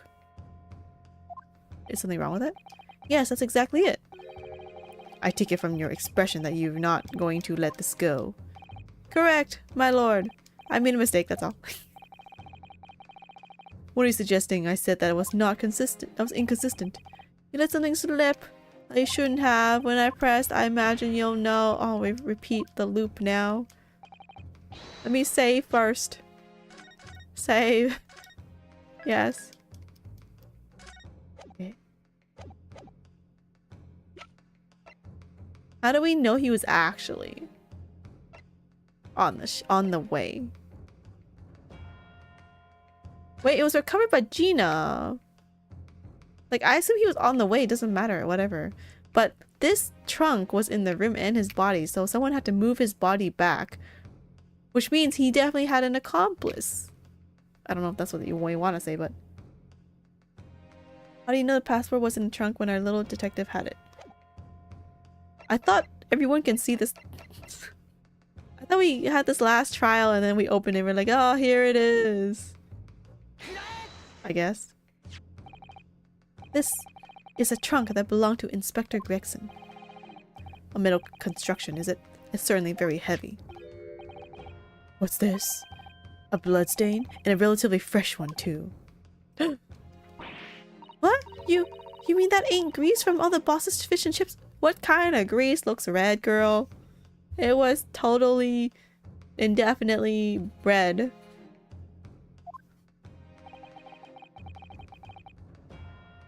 Okay, wait, let me move this over. Okay. Fresh blood on the inspector's trunk. That suggests that the victim was traveling with that luggage when he was killed. Yeah, I figured that. That can't be. There was no mention of any trunk in the Scotland Yard's report. Yes, there's a reason for that. Oh, it's because Gina held it the whole time. Immediately after the inspector's body was discovered, one of the street peddlers made off with the trunk. Oh, right. Hoping to sell it. But I found it. Me. With me nose for trouble. Which means that nobody should have known anything about the trunk. I thought we revealed this last... I guess we didn't, I guess. Unless, of course, we're talking about somebody who was present when the victim was killed. Is he saying that Gregson killed his father and that's why he killed Gregson? That's the motive? And yet, during the cross-examination of the witness just now, you said this, Kazuma. Because at the time he was making his way to the steamship docked on the northern coast of France, as shown by the passport found in the victim's metal trunk. I guess I would only remember this if I remember it last time. So the question is, how did you know about the inspector's trunk? Unless you were there when he died! We know the man went on a trip to France. Where else could he have put in his place's passport? Haha, no. That's not gonna cut it. But you knew it was a metal trunk. Answer me honestly, Kazuma. On the 31st of October, where exactly were you? At the port of Dunkirk on board the SS Grouse. Is that the answer you're looking for, Ryunosuke? Kazuma, what did you... Oh my god! What? Are these this other Japanese guys now involved now? I hadn't considered the possibility before, but if Kazuma was there on the ship, then it can only have been for one purpose. To kill Gregson. Because he didn't mention it otherwise. Oh no, Mr. Naruhodo. Surely you don't think... Ha ha ha ha ha. Come on, Ryunosuke, you know the rules. The only thing that really talks in the courtroom is hard evidence. As I understand it, Inspector Gregson always took that case with him when he traveled. So as it stands, you've proved nothing. You're not slipping away from me. Kazuma, are you challenging me to prove it beyond all reasonable doubt? That you were there that day in the same place as the inspector. Now that I think about it, Kazuma said he was on a secret mission. That's why he went to Britain in the beginning. What if his mission was actually to kill Gregson for killing his father because he knew about it? He was there with Gregson. There's a clue that you've overlooked, a secret that trunk can tell us. Don't tell me the tip of that knife is stuck in the trunk. Why would you would... Okay, if you're gonna kill someone, not that we're gonna kill someone. If we're gonna kill someone, you would not use a weapon that belongs to you, okay? Like, isn't that at least like rule 101? Like, try to make sure that, you know, there's no evidence of you that did it. Okay, anyway. I can't be sure at this point. I'll need to verify it, but I have a nasty feeling that I'm gonna be right. Unicorn. The accusation being made is deeply disturbing, but nevertheless, we must test it. The defense will identify for the court where in the trunk this alleged clue is to be found. Where's evidence that ties him to Gregson? It is here! This is your proof. What do you say to that, Prosecutor Asogi? Personally, I think tying the defense counsel to the inspector's trunk and toss- Wait, what? What? That wasn't the right one? At least that way London's courtrooms will be safe from his destructive accusations. I believe that was a rather long-winded way of telling you that you're wrong, Mr. Naruhodo. What? Very well, that unicorn looks so threatening. Let us see if you sink or swim under the weight of this penalty, counsel. What? I should have saved. Mr. Naruhodo, you can't allow yourself to be drowned at the sea yet! I must rescue him, and then I can drown in the sea. I was hoping never to let that happen, funnily enough. Oh, let me save. Save. Before I die and get thrown overboard into the sea. That's not the knife. Maybe I need to like open this. Let's have a look inside. Oh man. We have to open and be like, here is the knife. You could totally have seen the knife from this side. Yeah. Kokoda! See, I was correct. There's a small piece of metal lodged in the wall of the trunk here, like the tip of a blade. A blade? Kazuma, slung around your waist as ever today, is the esteemed blade Karuma. I look like he had 2 swords just now. Of course it is. Won't you draw it here in this courtroom? For all to see. Dude, why would you use your own weapon to kill someone? Or injure someone? Exercise caution, my learned friend. That man is the son of London's most notorious killer. Okay, wait. Just because he is the son of killer doesn't mean that he himself is a killer, assuming that the other one actually is a killer and is not innocent. Don't, try not to judge people by, their parents, ideally. But okay, sure. Bailiff, watch Prosecutor Asugi like a hawk. That won't be necessary. It's 2 things. It is bent. Actually, wait, if this was a couple days ago, can you use luminol or something? Do we have... Oh wait, I don't think we have luminol yet in this era. Oh no! The tip is broken. If the fragment of metal from the trunk fits together with the end of the sword, the question of who was there with Inspector Gregson will be answered. In time to be like, I lost my sword like 2 days ago, by the way. And then I found it back yesterday. I was not there, I just lost the sword. I was framed. You can say that. Agreed, Kazuma Asogi. Expertly done, Ryunosuke. That's a point to you and well deserved. It's a game now. Do you mean to tell the court, Prosecutor Asogi? Yes, on the 31st of October, I accompanied Inspector Gregson to Dunkirk. What? You are the secret assassin? Wait, what? You are the secret assassin? That's gonna help the Reaper? What? But he betrayed the guy? In order to carry out a mission. Oh! So the additional person authorized to travel was me. And the mission was the assassination of the Mark. What? What? You came to Britain all the way for the assassin? No, wait, no. That's a fake mission. Wait, what? I'm so confused. You mean you're the killer whose name was omitted from this notebook? You were following the Reaper's orders to dispatch Judge Jigoku, but he didn't. It's like, because he killed the guy. So, it's a double betrayal? But why was he supposed to help the Reaper in the beginning? I'm so confused. Let me make one thing perfectly clear. I have killed no one. Explain. I mean, yes. I accepted the assassination mission. Yes. Wait, do you not get to go to court for this? And I accompanied Gregson to Dunkirk. But I never had any intention of carrying out the plan. You were never going to do it? You can't believe Kazuma-sama. I'm sure. You can't believe anything, girl. Everything you know about the guy is like completely wrong now. You don't know anything. After all, Judge Jigoku arrived safely in London the following day. Well, I mean, it doesn't mean that he didn't kill Gregson. On the 31st, I boarded a train from London with Inspector Gregson. We traveled to Dover, from where we crossed the channel to Dunkirk. Then we boarded the SS Grouse and made for the cabin deck as indicated in the plan. You might as well tell us who the Reaper is then. You went to Judge Jigoku's cabin? Exactly. He wasn't there though.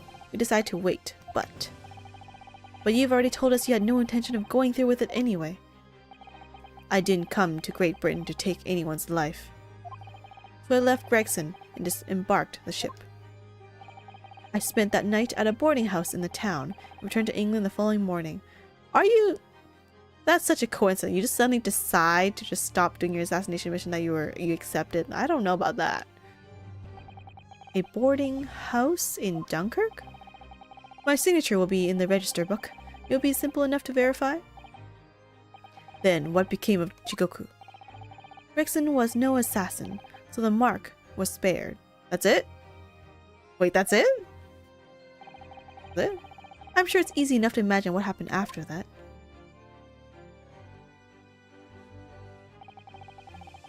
Gregson returned to England as well, having failed to complete the mission. He met with the Reaper in that room on Fresno Street to report the failure, causing the infuriated mastermind to pull the trigger. Lol. I don't think so. It's not even Gregson's fault. It's like the killer being like, which is in this case Kazuma being like, Ah, I don't want to kill the guy anyway. Well, good luck, Gregson. Have fun. And Gregson be like, I'm sorry, I failed, when it's the killer didn't kill the guy. I did nothing. What? And end his wretched agent's life.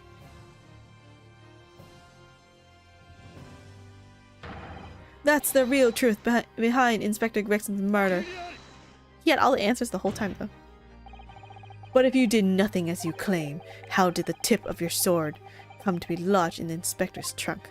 An accident. I don't need to answer that. The victim was killed by a gunshot. A small fragment of a Japanese blade isn't relevant to the case. That's true. And accordingly, I chose to exercise my right to silence on that matter. What? You can't say that after you said you were gonna assassinate someone. Be that as it may, the court will sequester the sword as evidence. Your heirloom sword. As you wish, my lord. Oh. The prize towards has a small piece missing. Okay, wait. Let me add it. We must take immediate action now. Okay, wait. Give me a second before you do take immediate action. Fourth page. There has to be blood or something. Let's open it. Haruma, the great blade. It's such a thing of beauty. I want to gaze on it for hours. Until it's broken now. There has to be something. The tip of the great sword. Broken. It's such a shame. It's been so meticulously cared for over the years. I can almost hear Karuma's sobs. Kazuma must have really taken a swing for that to happen. And that's it? Wait, why is she so silent? She's like, I can't believe. But I also can't believe. Eh? Nothing? There has to be a reason why this thing was presented as evidence. I guess not. Okay. Okay. To verify whether Seishiro Jigoku remains unharmed. What? Remains unharmed? I agree. That should be our first priority. It's recently come to my attention that he hasn't been seen since yesterday. Oh no! How did you... Actually, wait, then why didn't you protect him?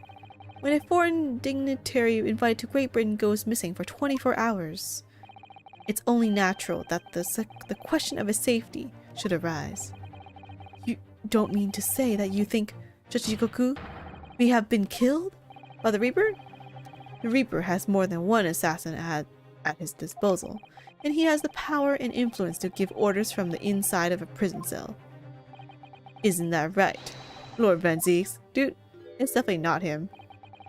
If I were truly the Reaper, I'd be able to tell you.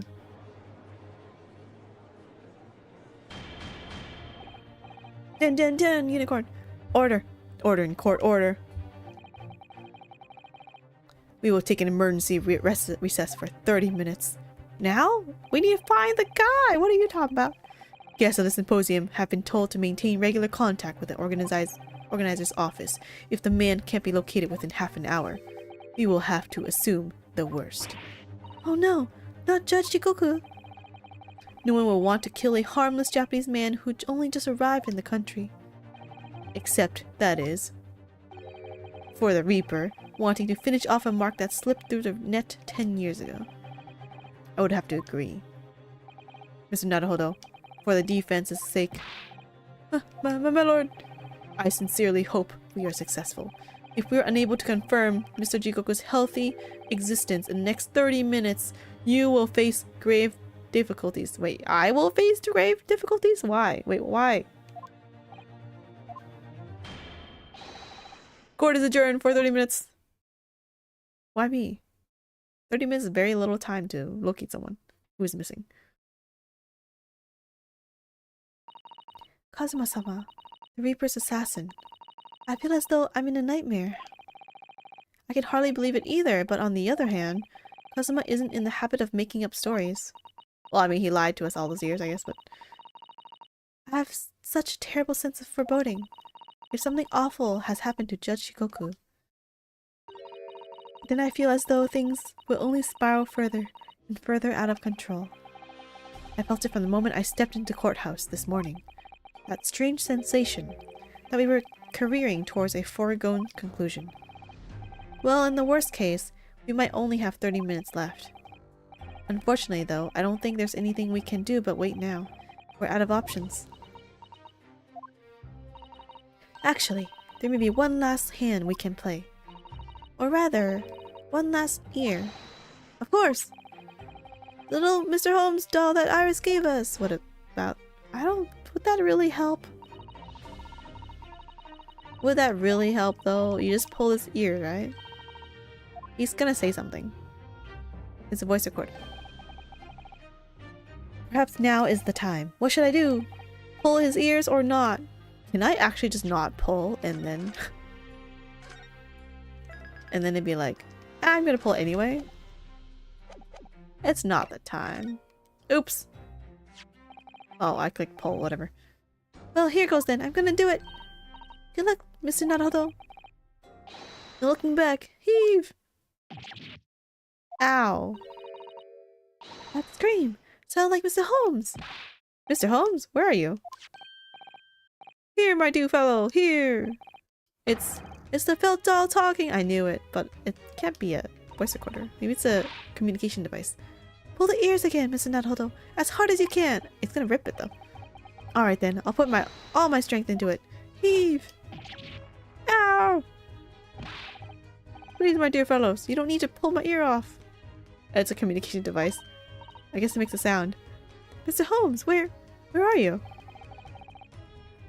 Myself and my trusty partner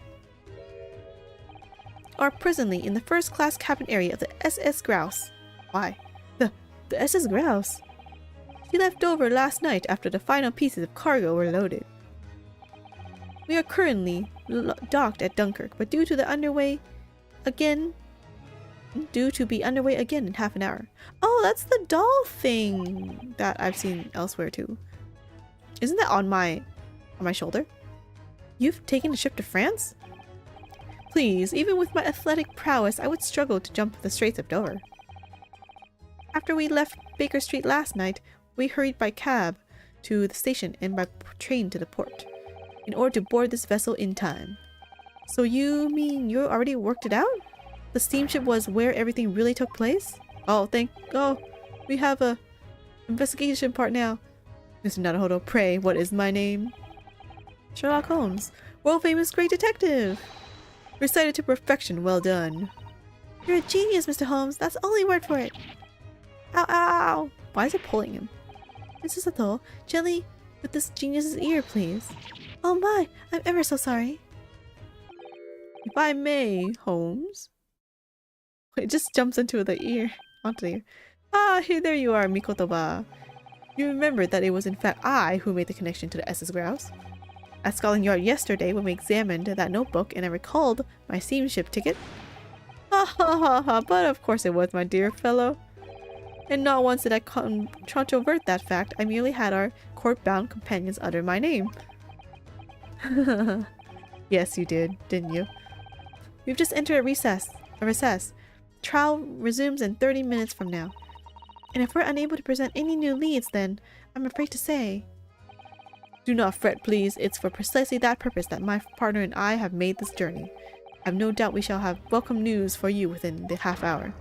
Thank you, Mr. Holmes. That would be wonderful. You had this whole day and you haven't found anything yet, but okay. Until later, then. Yes, you'll be hearing from us if you're not in touch first. Ow, ow, ow. I shan't be hearing anything if you keep tugging my ear in that mindless fashion. Whatever was the idea behind making a receiver operated in that way in the first place, Holmes?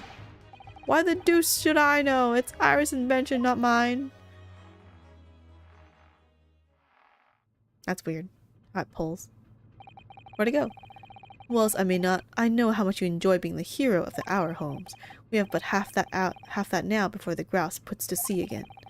If we don't conclude our investigations rapidly, we shall find ourselves in Naples before long. There are times, Mikotoba, when you make a surprising amount of sense. So let us begin. Oh, are we playing them now?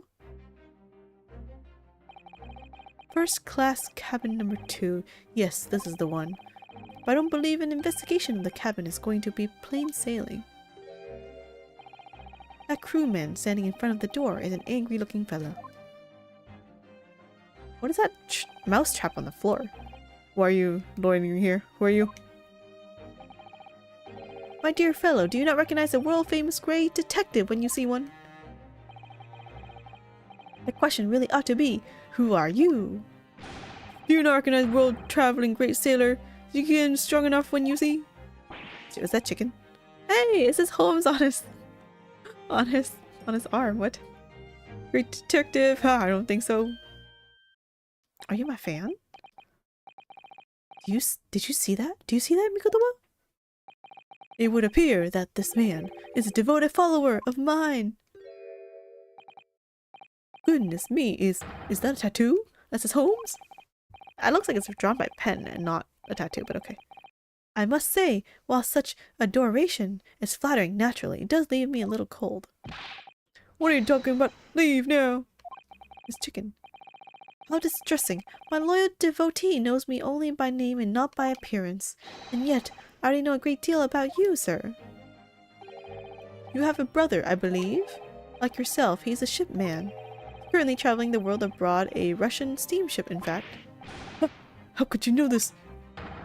Elementary, my dear Mikotoba. I'm sure it was. I'm sure it was. Just talk to Mikotoba all of a sudden. 3 days ago, I was bound for London aboard the ship, you see. We're looking for one of my fellow passengers, a man by the name of Jigoku. There is no one with this name on board, but we know that he purchased a ticket for passage. You mean Eastern man? He left ship 2 hours ago? Here at Dunkirk. He said something about emergency, I think. What? Are you sure? So Seishiro's realized that we're after him, has he? What? We're after him? His cabin is the one behind you. We should like to investigate, please. No! I have orders not to let even mouse inside. Is that why there's a mouse trap? Mikotoba, be a good man and draw this sailor's attention away, would you? You say in front of the man. Make up some excuse so that he leaves the area. In front of the guy. Doesn't great detective see that even sailors have ears, both left and right? Curses! The plan is ruined! And you have only yourself to blame, I'm afraid, Holmes. Forget it. Cabin door is locked. Even if I am not here, you cannot get inside. About time to take the keys. Mikotoba? I'm sure you haven't forgotten my special talent, have you? Opening any lock. Within a mere 5 seconds. So if you'd be so kind as to afford me the requisite time, old friend, in your typical accommodating manner, he says in front of the guy as well. How could I refuse? Wait, how could I refuse such a typically unappealing request, old friend? So I need to distract that burly sailor for 5 seconds, do I? Good man, so the game is afoot. Mousetrap. Am I playing Mikotoba now? This must be a mousetrap, I think. Perhaps I could distract the crewman's attention with this somehow. Try it. Ow. Shoot, shoot. What? She was in the mouse sound? That sounds like a big mouse in trap. Shoot. I will bring a bucket of water later and put out of misery. I don't like the sound of that. In any case, my dear fellow, that was quite unconvincing. Only Japanese mice makes a chew sound. Oh, really, Holmes? And pray tell, what sound do Russian mice make? Pee pee. Naturally. Though also quite unconvincing, I readily admit. So go ahead, Mikotoba, do a pee pee this time. No, thank you. I'm sure I can come up with an alternative solution. Maybe the fire drill.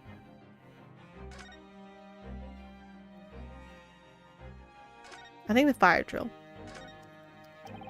This would appear to be an alarm bell. All hell would break loose if that thing were to ring. The whole crew would know about it. Set it off. Here goes then. Pardon me in advance. Yay. How did he sees him right? What did he do? I know, right? I'm right next to the guy and I pull the alarm. If we were at sea, that would be a very bad problem. What's going on down there? Seaman, Stroganoff, report at once. Sorry, sir, nothing to report. It was just a stupid trick. No, not by me, by world famous. No, as I told you. Now, Holmes, now! Done. Not even 5 seconds, eh? Oh, don't stand there gawping at my brilliance, Mikotoba. In we go! Oh, yes. Wait, we could just go in? Dude, if the guy'd be like, hi, it disappeared. I wonder where they went. Not definitely in the room that they were trying to get into. 3rd November. SS Grouse. First class cabin number 2. Good gracious. It would appear that the occupant of this cabin did indeed disembark rather hurriedly. Because there was an assassination attempt. Those clothes on the floor there. Well, they're Seishiro's without doubt. Although it seemed we were just a little too late. Yes, by about 2 hours. Still, whilst we're here, we should investigate thoroughly. There may well be 2 hours worth of clues to find in here. But that burly crewman may return at any moment, Holmes. Indeed he may, which makes this all the more thrilling. Okay. This glass of water is suspicious. Quite the exquisite glass, I must say. See here, how it... Wait a minute. It still hasn't melted. It's 2 hours. It's been 2 hours and it still hasn't melted? That means someone just came in. Or they were here earlier.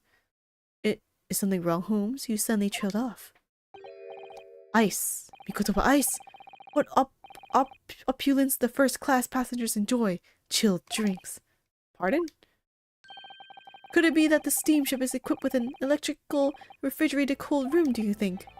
Well, it is a luxury liner after all. They have enormous refrigerators for storing all sorts of lavish produce, as well as ice. On our voyage from Japan, we enjoyed culinary delights from all over the world. Suddenly, Mikotoba. The sight of you is making my mouth water. Money! The sound of money! I haven't taken on the flavor of the food I ate, you know. What about the trash can? What's inside? This is the waste paper basket. Look, and there's still rubbish inside. Indeed? Then let us pry. I've discovered recently I have a penchant for exploring the contents of others' waste paper baskets. I sincerely hope only for your work.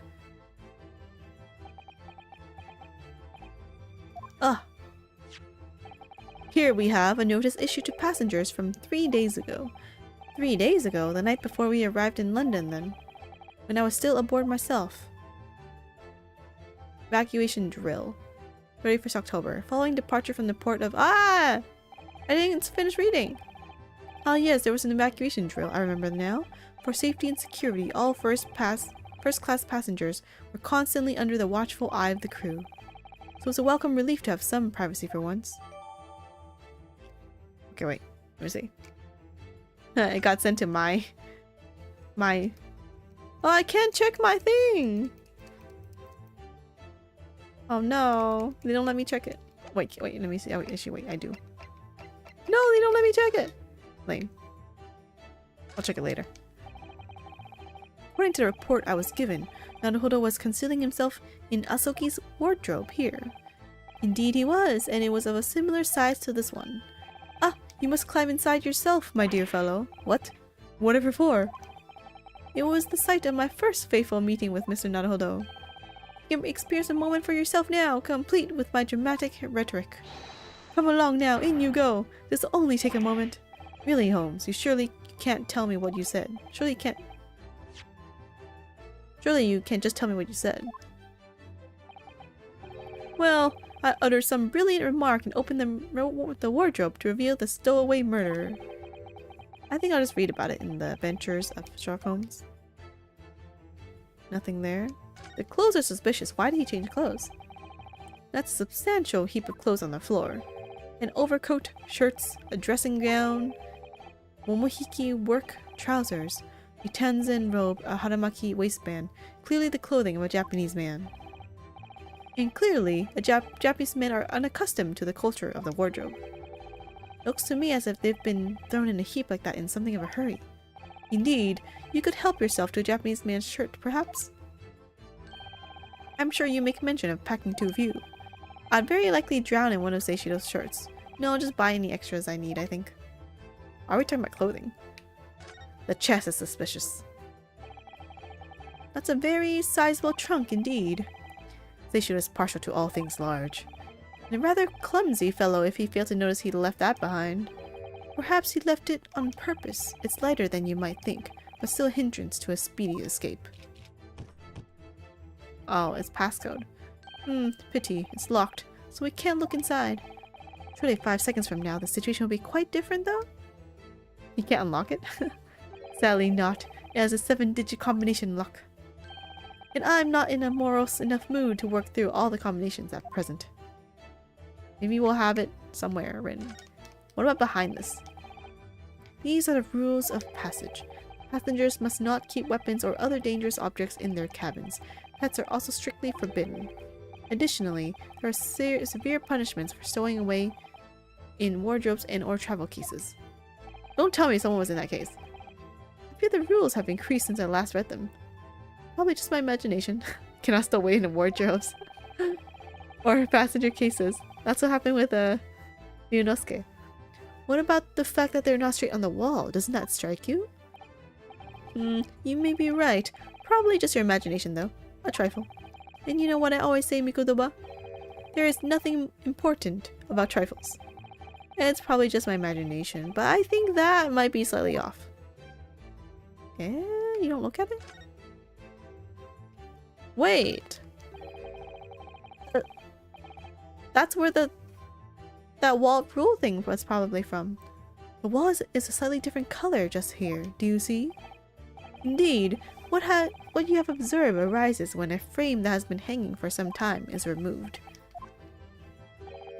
Perhaps your friend is an art thief. Now there is a bold deduction worthy of a great detective, I'm sure. He may very well be the elusive thief who has been plaguing France's galleries of late. I think perhaps we should focus our attentions elsewhere, Holmes, don't you? Oh, they ignored that? That light on the wall. I feel as though I might have spotted something of a similar shape and size elsewhere. You mean the effing... You are still here! Abel Seaman Stroganoff, hello again. I was beginning to think you'd never materialize. You're waiting for me? Of course! I was expecting you to burst in with a hearty Russian profanity far sooner. I was in trouble with Captain because of trick you played before. Poor innocent chicken. It is all your fault. Ship is leaving port soon. Get off, now. Of course, we shall disembark presently, my dear fellow. But first, there's something that must be done. Hanging the frame back? What are you talking about? Why, naturally. The debunking of your deceit and the bearing of the truth. Koi? What does that mean? Is it what? I'm afraid I see through your lies. For one thing, Mr. Jigoku has not yet left this vessel at all. Ugh. Really? Is he in the trunk? And for another, my dear Seaman Stroganoff, you know exactly where the man is even as we speak, don't you? He looks blank. How can you? Good gracious, Holmes, you mean you've worked it out? All of it? It's really been too long, hasn't it, old friend? 10 years, no less? So, would you care to join me for a dance of my inimitable logic and reasoning? Nothing will please me more. It's like a middle-aged old man and like a young bachelor man, somehow. What is this? We have but minutes until the vessel puts to sea. No games now, but we're totally doing this whole game. Time is of the essence. No games now, but we will do this random dance. Mr. Stroganoff, Allow me to remind you of your earlier claim. You told us that Jigoku left the ship some 2 hours ago. Yeah, that is what I said. Sadly, that was a rather clumsy lie. You see, there's something in this room that quite clearly contradicts it. What? Oh, yes, of course. I see you've noted it too, Mikotowa. Then please do take the lead. What? Who the What in this cabin shows the impossibility of Jigoku having disembarked 2 days ago? Let's see what the last 3 years have done to your observational skills then, Mikotowa. It's been 10 years since we last did this, Holmes. Not 3. It's been 10 years, not 3. How do you mistake 10 and 3? Why, of course it has, quite. Now, all the clues are here in this cabin for your eyes to see. But as I always say, you must not merely look, but observe. Observe and the answers become clear. So, impress me. I think I can manage that. Wait, I haven't figured it out yet. Impossibility of him having disembarked 2 hours ago. The ice in the effing cup. If nothing was touched. Wait, what the heck is this? Why is it stuffed? I didn't even notice that. The ice. It means that either someone else was in the room, or he was in the room very recently, or he still is in the room, or he's still here somewhere. Kurai.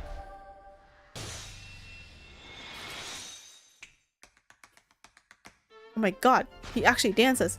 What? The dance part is because of Mikotoba? That was the whole point? Holmes never danced. Perhaps you should have cleared away that glass.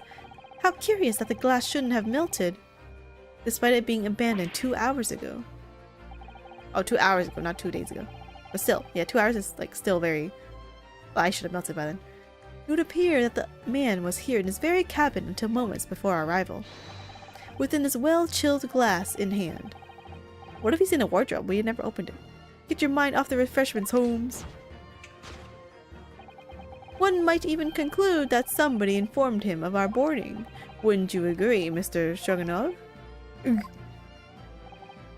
But why would they should have run from us?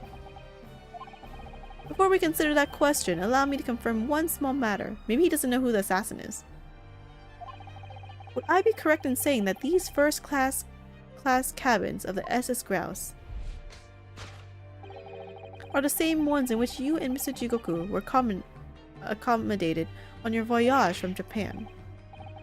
Oh, that's right, they are. I was in the cabin next door in Seishiro's. Yes. 50 days in this very cabin during our voyage. As I suspected, for you see, there are traces in this cabin of a dark secret that Mr. Jigoku had to hide. Is it the rules again? What traces? I know nothing about this. Ah, this is news to you, is it, Mr. Stroganoff?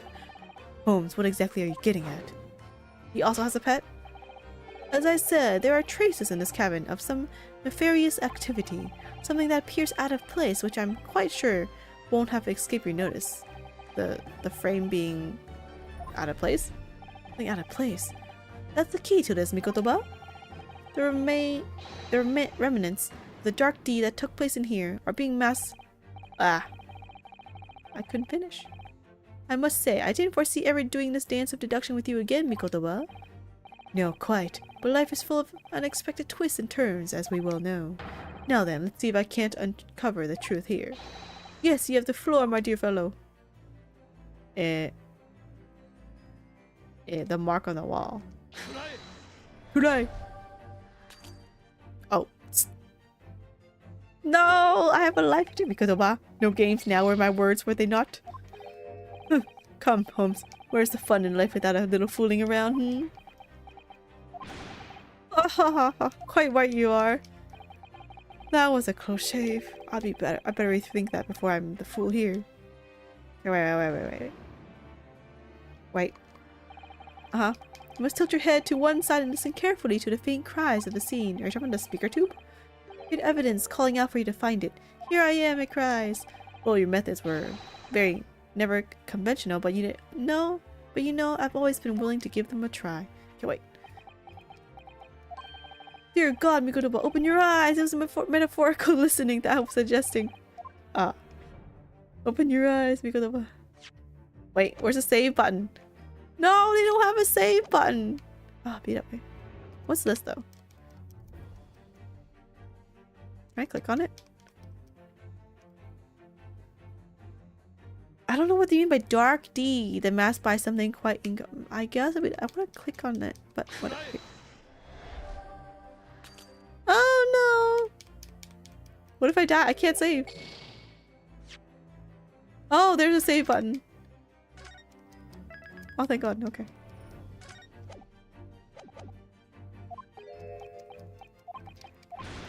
Okay.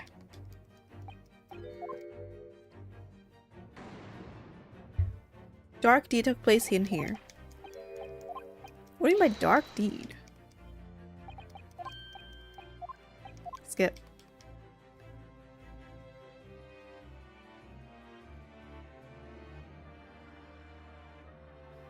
What is this? On the side. Oh, it's just the wardrobe. I mean, it could be the drawer because he said he was there like 50 days ago, right?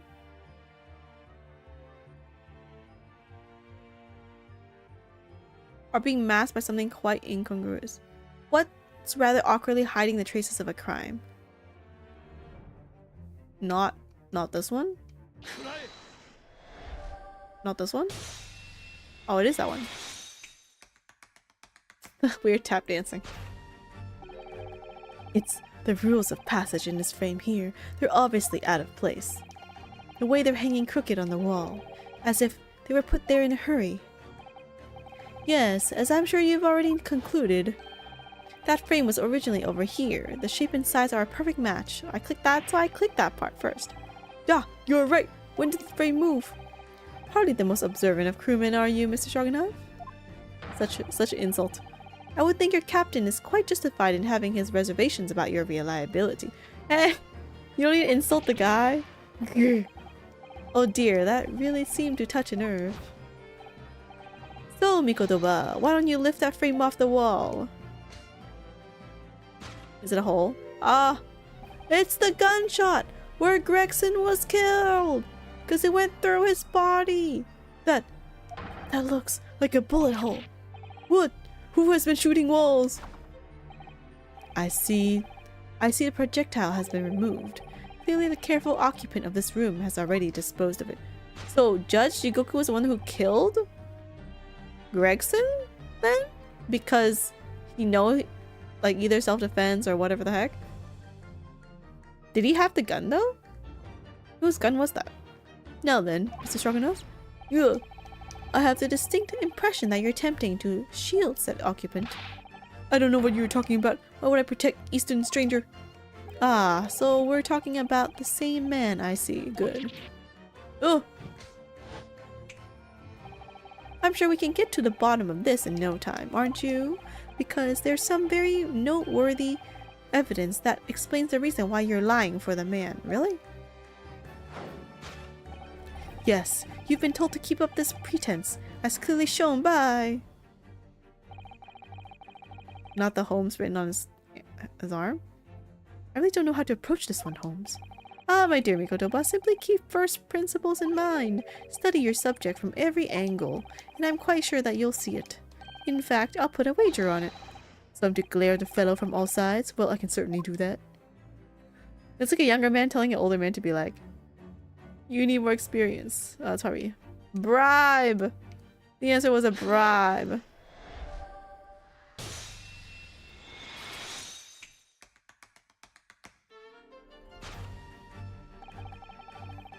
If you're gonna hide your money, hide it better. It's almost too obvious for words. Quite. The universal language of the world. Money. And I'd wager that the Eastern fellow in question is Seishiro Jigoku. Yes? So, I presume you realize what this means. There are clear signs that a crime has been committed in this cabin. And the way you're going, sir, you'll find yourself accused of being an accomplice. But... I believe you know, Mr. Stroganoff? You know where Mr. Jigoku's hiding at this precise moment in time. Wardrobe? Or the... Probably the I don't think he can fit inside that trunk. That's way too... that's way too small for him. He's huge. As always, Mikotoba, in matters of deduction, the furtive glance is your unfaltering ally. Yes, I think you're onto something there, Holmes. You found the chunk in this burly fellow's armor.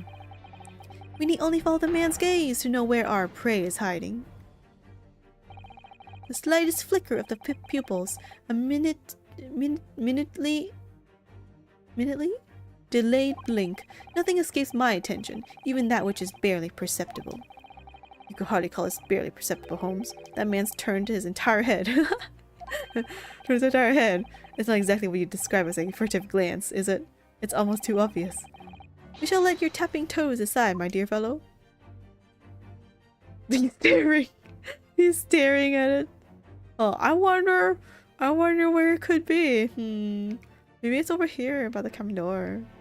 I don't know. He's totally not being obvious about it. He needs to look harder. He needs to like climb on top of it and like lick it for me to know exactly where he is looking at.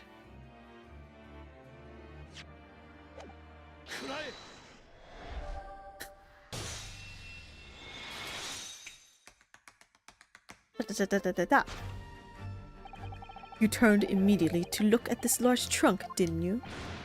The truth is, Seishiro Jigoku was unable to escape from the ship in time, and is, at this very moment, doing his best to stifle his breath inside this trunk. If he still has a breath to take, I fear he may be running dangerously low on air. I imagine he didn't count on us making a nuisance of ourselves for quite so long. Yeah, what if the guy forgot his password and then the guy's stuck in the trunk forever and he dies? Like, that would be such a sad death. I think it would be in everyone's best interest for us to open the trunk as quickly as possible. But how can we? Are you forgetting about the combination lock? Dude, only one person knows the combination lock. We don't know the 7-digit code.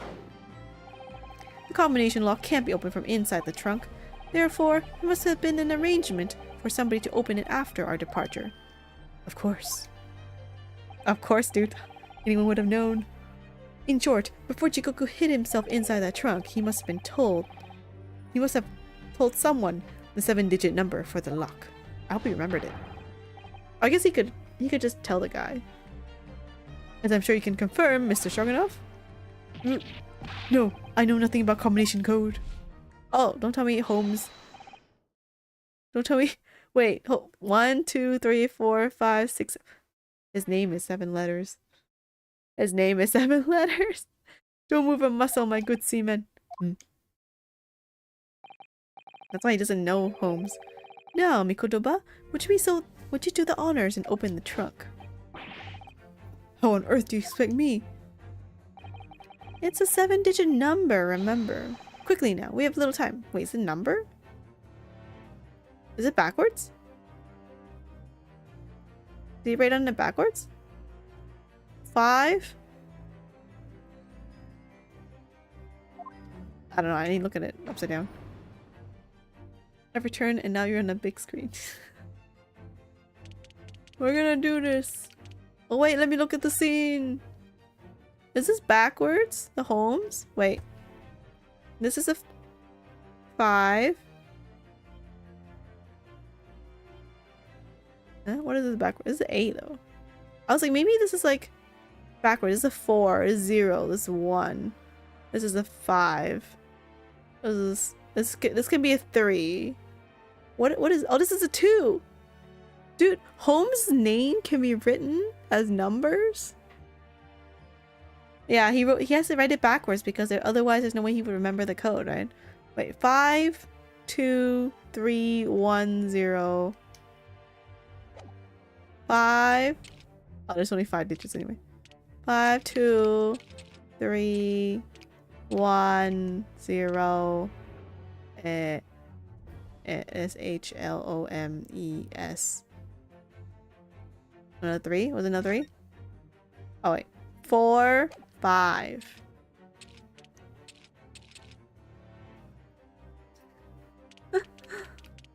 I know. We all thought he was just a fan, but it wasn't a fan. Like, that did it. Oh, that did it. It's open. I have to be a middle-aged old man. You had to meddle, didn't you? Wait, there's a second middle-aged old man. How does he fit? There's no way he can fit in that trunk. He is big. I saw pictures of him. He is huge. Well, Eugene, you found me now? Seishiro.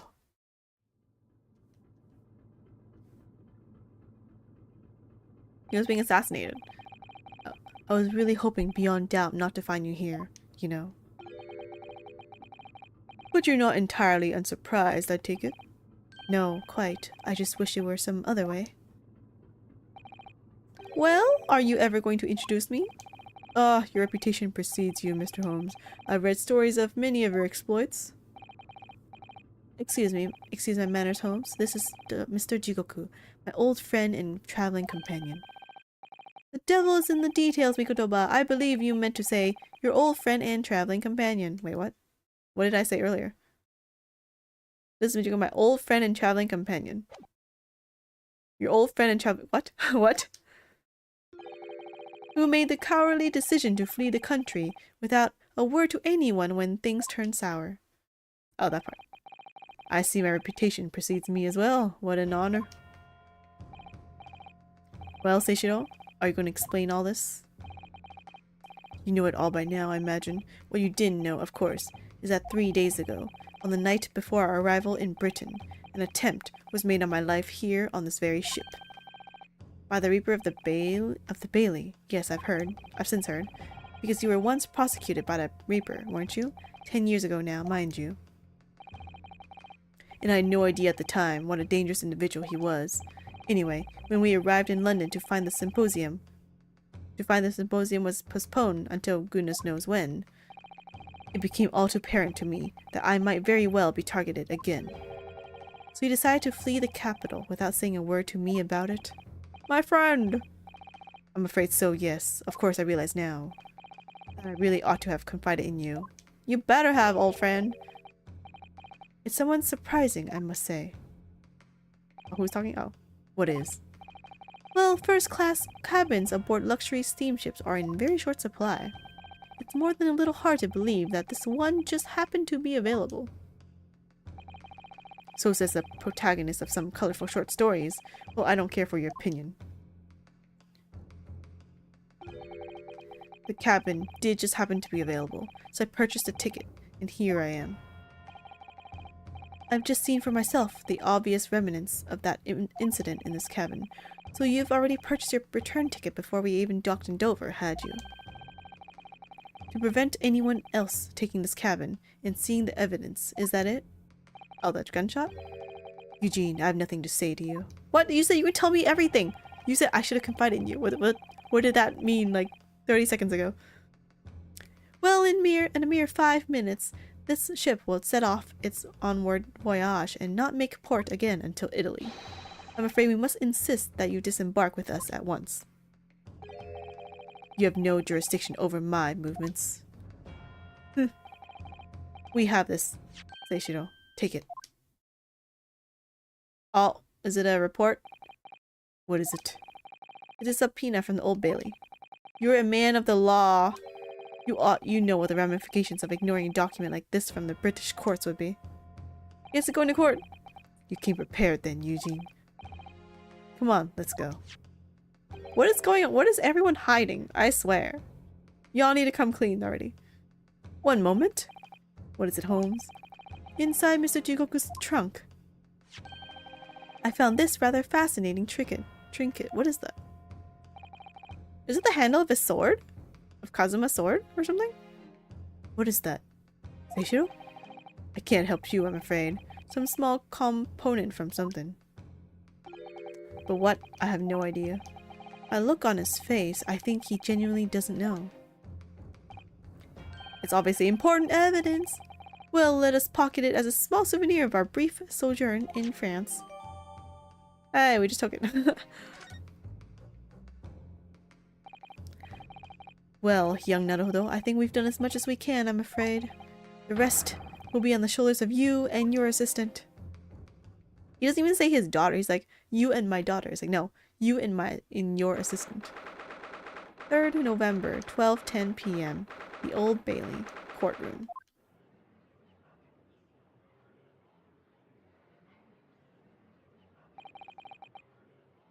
Kazuma Asogi. I know you, and I know you wouldn't lie, but still, there's no doubt that you're holding something back. You know more than what you're saying. You know more than you're saying. Unicorn! During the past 30 minutes while this court was adjourned, all possible efforts were expended. But sadly, Mr. Jigoku's whereabouts could not be ascertained. Wait, what? I thought we found him. Or I thought they found him. We must accept the unfortunate conclusion that the Reaper has already done the deed. There's no sense in wasting any more of the court's time. The prosecution calls for an immediate verdict. Higiyari! No, the trial cannot end now. You're a Japanese man, Ryunosuke. You should know when to lay down your sword. And you should know never to presume when the battle is won. The court has already been presented with all the evidence and heard all relevant testimony. And there can only be one conclusion, that the accused is guilty. All relevant testimony? Far from it. There is still a crucial witness, from whom the court is yet to hear a single word of testimony, Judge Jigoku, which I have located. In that case, call your witness to the stand at once, counsel. Yes, my lord. Tomorrow, if possible. Tomorrow. I will immediately. Tomorrow, if possible. The witness is already on his way and scheduled to arrive tomorrow. Who on earth is this crucial witness? Seishiro Jigoku. I have located him. The very man allegedly murdered by the Reaper. Judge Jigoku, you found him? Unicorn! For the investigations of every policing resource in the capital suggest that Jigoku is already dead. How in the name of God did you find the man? He was located in France during the recess, at the port of Dunkirk. By the way, thanks to one of Mr. Sherlock Holmes' famous deductions. Sherlock Holmes. Inspector Gregson almost certainly met with Mr. Jigoku on the night of his death, because along with Prosecutor Asogi, Gregson was on a mission to assassinate the man. Which means that Seishiro Jigoku is the sole witness who can clarify exactly what happened aboard the SS Grouse on the 31st of October. Oh my god! He has evidence! Well, it would appear that it's too soon to move to adjudication at this point. The prosecution concurs. The court must hear Mr. Jigoku's testimony. Oh, that was fast. No judgment should be passed until all testimony has been considered. In that case, I hereby call the end of today's proceedings. Court will reconvene at the same hour tomorrow. No objections from either side? No, no, my lord. No objections, my lord. We live to fight another day by the skin of our teeth. And that's the end. To be continued. Ah. That was 2.5 hours. I need a how long is this game gonna take thing. Let me save it first. Save. Okay, wait. The Great Ace Attorney. How long to beat? Isn't there a thing that says exactly how long it takes? Oh,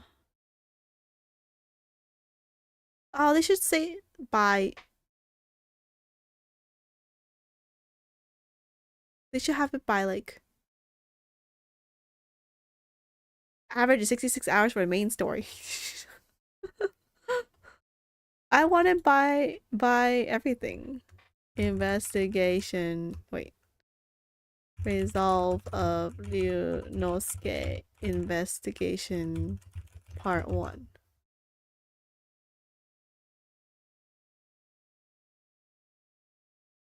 Yeah, I don't know. The answer is I don't know.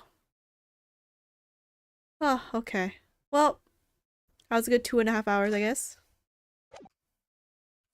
Should I continue though? Let me think. Maybe I'll continue. Wait. I don't know if I have much time, so I'm gonna continue this because I really wanted to. Let me take a quick bathroom break though. Bathroom break. Here are some nice BGMs.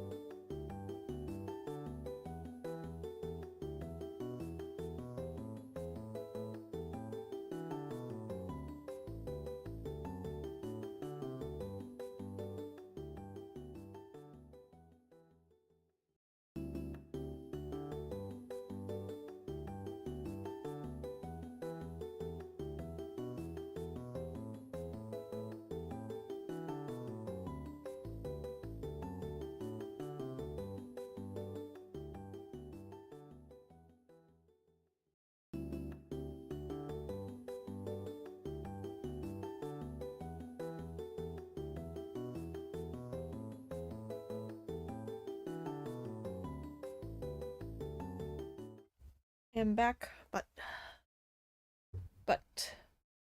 I got a banana. I'm hungry. Ooh. Lines up with your YouTube stream links, but I certainly wouldn't want to deny your curiosity. I don't know. The more I spend, the less I do, the more I forget. Per time.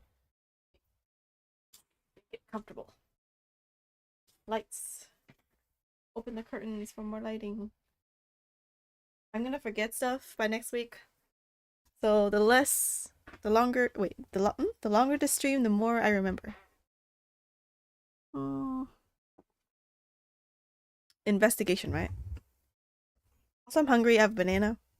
Let me eat the banana first. Banana. I hunger.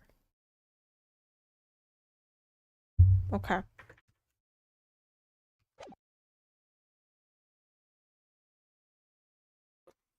It's okay. You can enjoy the sound of the beep beep beep beep beep.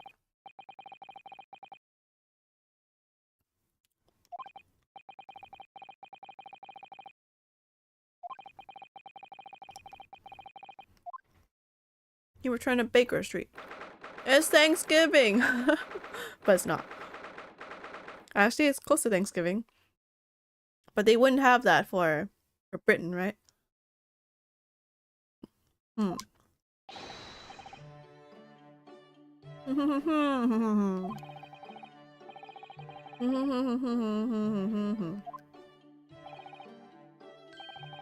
Have you ever tried a plain plantain? I don't think so. I know how they look like, but I don't think I've tried it.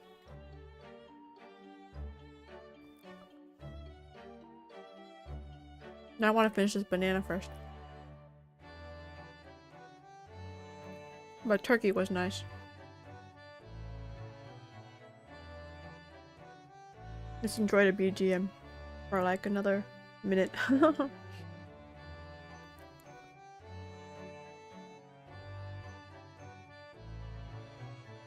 want to make a smoothie. A banana blueberry smoothie or banana strawberry smoothie.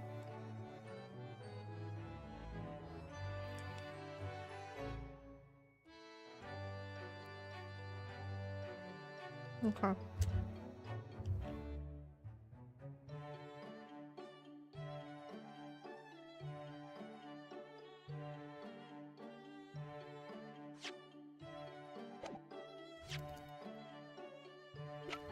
I can check my evidence now.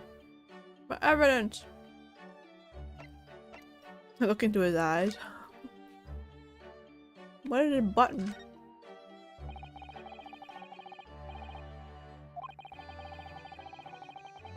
The part on top of the pocket watch that you twist to set the time. Is it? The crown. Hmm?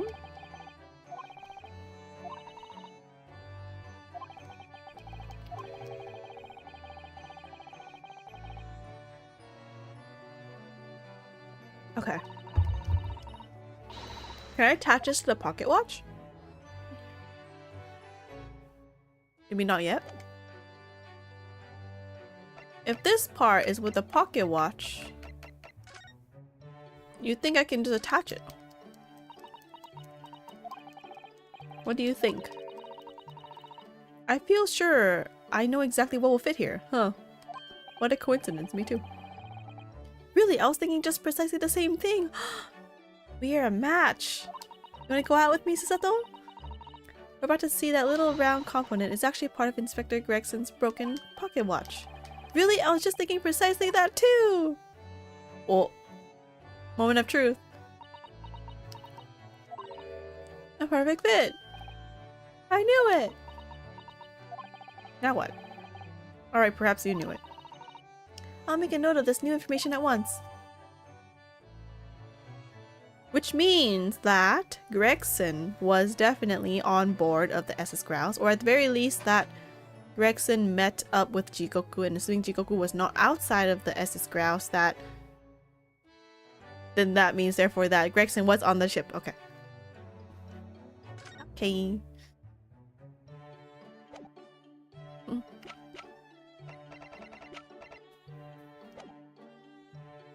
Okay. Think nothing of it. I believe you've had an even more wearing day than Mikotoba and I, no? You could say that. We were on the brink of defeat in court earlier. So this prosecutor, Asoki, had you on the ropes, did he? And he's your best friend, you say?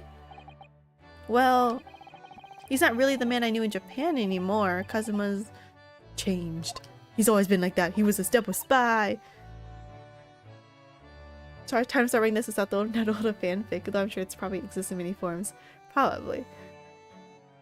At first I thought it was gonna be Susato and Kazuma, but now Kazuma has went to the dark side, so unless then it's the forbidden love on the opposite sides, enemies. Was childhood friends, now are enemies, and now love, forbidden. Oh, Mr. Naruhodo.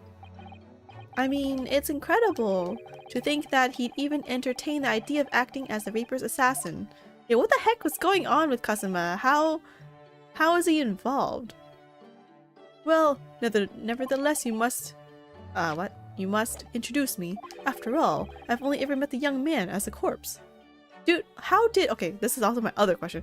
Why did no one confirm that he was actually not dead when he was there with a dying message on the thing? Like, why? Anyway, when all this started, almost a year ago now, Mr. Holmes still hasn't told us the truth about what really happened back then. Y'all need to stop hiding from the defense lawyer. All I want to do is to help you guys be free because you guys are innocent and you think you guys are innocent and I think you're innocent, but you know, give me the things I need to make you free.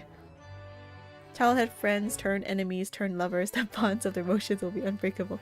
You can write a whole long fanfic just on, you know, every single part of that. About a motivation for what he himself described as a great detective's lie. Now then, I must say, it's quite really a journey all the way to France. Well, it is another country, Mr. Holmes. So, what news of Jachikoku? I want to go to France too. One day. And all the other European countries. We took him to Scotland Yard. The investigating detectives there have a lot of questions for the man. Poor Professor Mikotoba. This must be quite a shock for him. Your best friend. Ah, yes. I picked this up at the telegraph office on our way home. What is it?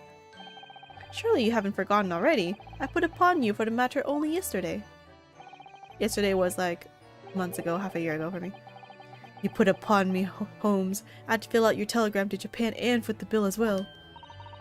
Oh, you've had a reply already? Well, what's so urgent though, Mr. Holmes? Such matters can wait until later. I'm far too hungry for an involved conversation at present. Well, that's good news, because supper's ready, everyone. They make like this tiny girl cook everything. I sure hope not, at least. Maybe they ordered like, you know, a meal, like Uber Eats. And then she just was like, yeah, by the way, it's ready. Oh, and what a feast it is! If I were none the wiser, I'd think the trial were won already. Roast beef, kipper, stew, steak, and kidney pie, Yorkshire pudding. I want some pudding now. Tomorrow could be a very long day, so eat up. In that case, I think I'll seat myself just here. This place appears to be the only set with a helping of pheasant as well. Oh, sorry, Hurley, not there. Why we're not? Are we in set places this evening? Yes, and that place is for Susie's daddy. For me? That's right. I mean, especially for you, Professor Miki. That's a weird nickname. Okay. I see. Well, that's terribly kind of you. Are you my dad? It's a shame, really. What do you mean? Wait, she knows her dad is dead, right? Well, for a brief moment, I believed it. That Susie and I were half-sisters, I mean. Yeah, that's not true because... Wait, I don't remember anymore. I don't remember. Telegrams gotta seem like magic in a world where message delivery at that distance could take weeks or months. And now we have instant messaging. Oh. Wait, what happened? What? She thought the father was the same, right? Unless it was the mother that was the same. Iris, do you mean? Recap, please. Yes, I know now. I overheard yesterday. I secretly listened in to the conversation you had after I tricked you all into thinking I left. What? He fell down. So dramatically. That was so dramatic. Misunderstanding arose because of that autopsy report from 10 years ago. But actually, it turned out that neither Dr. Wilson nor Professor Mikotoba are Iris' father? Even though her name is...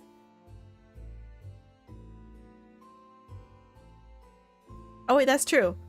We thought Wilson was the Sherlock Holmes buddy, right? And Sherlock Holmes' buddy is her father. But then it turns out the buddy was not Wilson, it was Mikotoba. But I thought Wilson was her name because we think Wilson, like, you know, Sherlock Holmes and Watson, Wilson, right? Then who? Yes, about that, Iris. You know, I know. You can't tell me at the moment. No, just tell. How long you make her wait. Oh, Iris. Imagine sending messages to Japan from the US and getting a response from a cat lawyer lady so quickly. Instant reply. The pheasant is by way of an apology. I'm sorry for eavesdropping. Oh, no, that's quite alright. Then why don't I get any apologetic pheasant? Sherlock Holmes. You're just a buddy. So just who is Iris' father? I suppose that's not something we'll be finding out today. I need to look at like this like comprehensive guide later with all the mysteries and everything solved. After I finish this whole game. So then, let us dine while our largely pheasantless plates are still piping hot. But the pheasant is huge, there's no way he's eating the whole thing. A fine idea, Holmes. It all looks absolutely delicious. Eat as much as you like, there are always seconds. Seconds for who? Seconds for one who? This could be our last chance to ask questions before tomorrow's trial about that telegram from Japan and about Kazuma. I can't let this opportunity slip away. And let's answer who is her dad. He looks so mad. Look how mad he looks. Mr. Holmes, what are you doing? He's pouting. Surely, it's abundantly clear that I wasn't brooding over Mikotoba's refusal to share his pheasant with me. Nevertheless, I felt the need to withdraw from the social circle for a while and look on with hungry eyes. Sorry, Hurley, but I cooked that pheasant specially for Susie's daddy. Who could possibly be my dad as well, even though I've played the role of father to you for far longer. Mr. Holmes, could I discuss some things with you? Certainly, my dear fellow. I find myself in the mood for a spell of conversation. Take my mind off stuff. No doubt you're hungry to learn more of my deep love of game. I can probably contain my curiosity on that one. You needn't look at me in that fashion. In what fashion? It seems that before we discuss the pheasant, we have some rather unpleasant matters to discuss. Converse. So, what was in the telegram you received back from Japan then? This. I thank my lucky stars it arrived in time. Yeah, there's no way Mikoto was eating that whole chicken. Okay. Record found as indicated. Duplicate follows. K. Asogi / A. Shin. T. Gregson / J. Wilson. What? Wait, what? Duplicate follows. What's the slash? I assume they were the same person, but if they're... Oh wait, no, A. Shin was the girl. So they're both... What? Wait, don't tell me Asogi and Shin are both assassins, and then like Gregson and Wilson are like the mastermind, like strategists people. What? Those 4 names? We've come across that exact same list before. Wait, list? We have? We have? Refresh my memory. They came up in that unforgettable case last spring. Every case was unforgettable. I just forgot them all. What appeared to be a simple case of aggravated murder turned out to be masking monumental intrigue, a plot that involved the sale of British governmental secrets to foreign states. In exposing the means by which those secrets were being leaked, we deciphered a fragment of a message. K. Asogi / A. Shin, T. Gregson / J. Wilson. We didn't find the names out until the case was over, and we never did get to the bottom of what they meant. All we knew was that the information had been sent by somebody in the British government to somebody in Japan. So there was 2 sets of like the Reaper, I guess? So why are the names coming up again now? Yes, where did the sender of your telegram discover them, Mr. Holmes? I have here the message I had wired yesterday. Allow me to read it to you. Enter Judge Shikoku's office undetected and investigate telegram records. Expect to find communication from Britain dated 1 year ago. List of 4 names. Need by tomorrow. Naruhodo. What? Who? Who Naruhodo? I sent it to a detective I know who specializes in clandestine missions of this nature. You asked Inspector Hosonaga to undertake such an onerous task for you? And in my name? Who's using my name? Oh, good night, going to go. Good luck. Good night. Good night, good night. I wonder what guise he opted for this time. My dear fellows, it was a matter of great urgency, you understand. Anyway, the list of names was found in Seishiro's office, as Holmes predicted. So you mean that mysterious collection of names that was sent from Britain to Japan was... to Jikoku? It was sent to Judge Shikoku. He was the intended recipient. I don't believe it. That means he is... What? But the Reaper wanted to kill the guy. But he's not the Reaper. Why would he have the list of names? I thought the list of names that hold it would be the Reaper. But that doesn't answer the question of what the list of names actually signifies. I mean, 3 out of the 4 are related to the Reaper, so probably. I did formulate a hypothesis about that, but without a shred of evidence, I couldn't possibly have shared it. Mr. Holmes looks deadly serious for once. He looks like that a couple more times. Wait, let me look at the telegram. Oh, wait, no! No! No! No! I clicked it. Oh, by the way, since we're here anyway, and I have to click through this whole thing. I finally got Executor on Pokemon! Yay! I can make a deck with it. Actually, didn't know there was a Venusaur event, and I just started today. Just today. Yep, list of 4 names, yep. Yep. Open a pack, yep.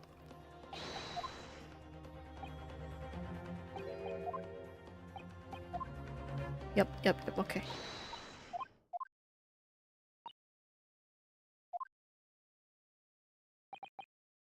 Okay. Are we done? Okay, here. Finally. Not this. I want to look at the telegram. That's it? Oh. Also, he found the record in his desk, and that's what this was. Kazuma's death. Yeah, why did he hide the guy? That tragedy we had to go through on the SS Berea. It was all for nothing. Kazuma wasn't dead at all. We were completely taken in by the lie you told us. Your great detective's lie. Congrats on getting egghead. Yep, finally got the egg. I took no pleasure in deceiving you. However, at the time, all that concerned me was preventing the young man's study tour from taking place, whatever the cost. Really? What? I capitalized on the events that transpired to see that he was sent back to Japan. His remains, you mean? Precisely, Mrs. Sato. And then, I made sure that somebody else was sent to Britain in his stead. Oh my, you mean? The arrangement between our 2 countries was already in place. 1 university student lawyer and 1 judicial assistant to be combined on a study tour. In other words, arranging for somebody else to fill the place originally intended for Mr. Asogi, I would successfully prevent the man from arriving on our shores for several years at least. Wait, do you mean that to say that it was all in aid of stopping Kazuma from coming to Britain? That's why you... Think back, Mr. Naruhodo. Was there not somebody who quite casually urged you to continue on the voyage to England? You mean him? The terms of this study tour were negotiated by the Department of Justice in both Great Britain and Japan. In the light of Miss Asogi's unfortunate death, I'm afraid the study tour can no longer go ahead.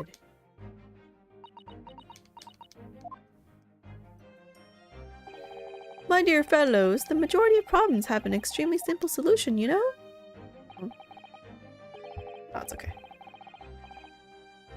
All you require is 1 lawyer and the study tour can continue, surely. But there is no one else with the necessary qualifications, Mr. Holmes. We know of no other lawyer. The voyage to London still promises a good month of time.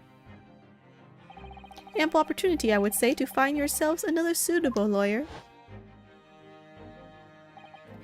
So you manipulated me? I've often remarked on the extraordinary lengths to which friendship will drive a man. I was quite sure that you would rise to the challenge for your late friend. I don't believe it. What if it was all contrived? I mean, what happened was treated by the authorities as murder. A woman was mistakenly arrested as the perpetrator. What do you suppose became of her? Naturally, I didn't allow the misapprehension to have any serious repercussions. I subsequently explained everything and assisted the unfortunate soul in finding the foreign refuge she sought. I seem to remember Miss Susato and I had some rather strong words for her. Well, she was certainly not devoid of all guilt. She deserved every word, I'm sure. I wonder if she made it to America then.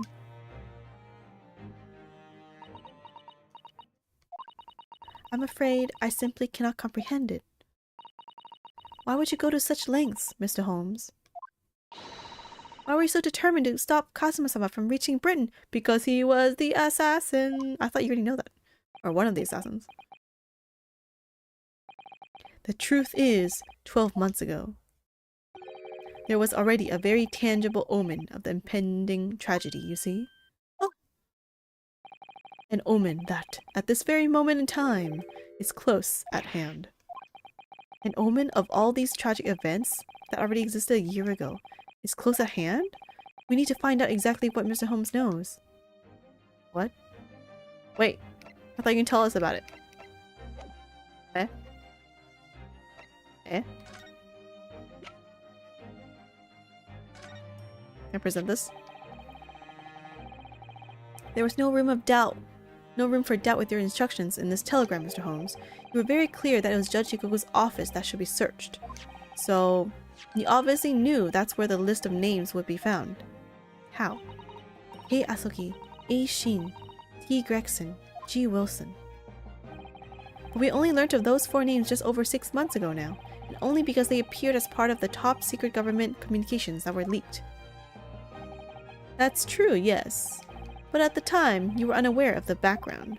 You see, those 4 names were wired to Japan.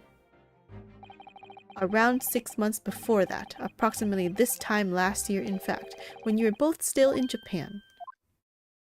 So you intercepted that? It really would be hypocrisy on my part to reprove others for interpreting state secrets, because after all, I'm perpetually eavesdropping on communications between the British and Japanese governments. Wow. You're perpetuating what? How? Never mind the details, but you should know. No secret is safe from Sherlock Holmes, when he has designs on knowing it. This whole time? Oh my, Mr. Holmes, what a fabulous line! Now, 1 month after that list of 4 names was wired to the recipient Jigoku in Japan, Dr. John H. Wilson was murdered. Ah, they're spy names that the Reaper are sending, and then Judge Shikoku was like, okay, I know the spies now, I will kill them. I guess. As soon as I learned of the incident, a hypothesis rapidly took shape in my mind. As it turned out, I was partly correct and partly mistaken. Nevertheless, it was the beginning of all the tragic events that were to follow. Are they going to link to everything? Mr. Holmes, please, tell us all you know. Please do. Tell us about these 4 names and the tragedy to which they're all somehow connected. The 4 names. As I said, when I learned of Dr. Wilson's murder in Japan, my mind immediately turned to those 4 names, because, you see, there was someone else on the list who I believed to be recently deceased. What? Who? Wait, who?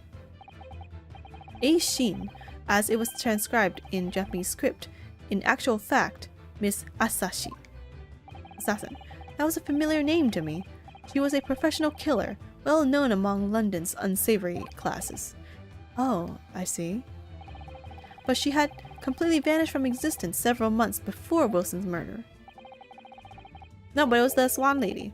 So I came to the logical conclusion that she had herself been killed, and accordingly I became fearful for the lives of the remaining 2 persons on the list. Ah, T. Asogi and T. Gregson. Owing to our proximity, I decided to take measures to protect Gregson myself, but I determined it would be safest if young Asogi were to stay away from Britain. Ah, so that's why you went to such lengths to prevent his study tour from going ahead. Exactly. So you already knew who Kazuma-sama was, Mr. Holmes.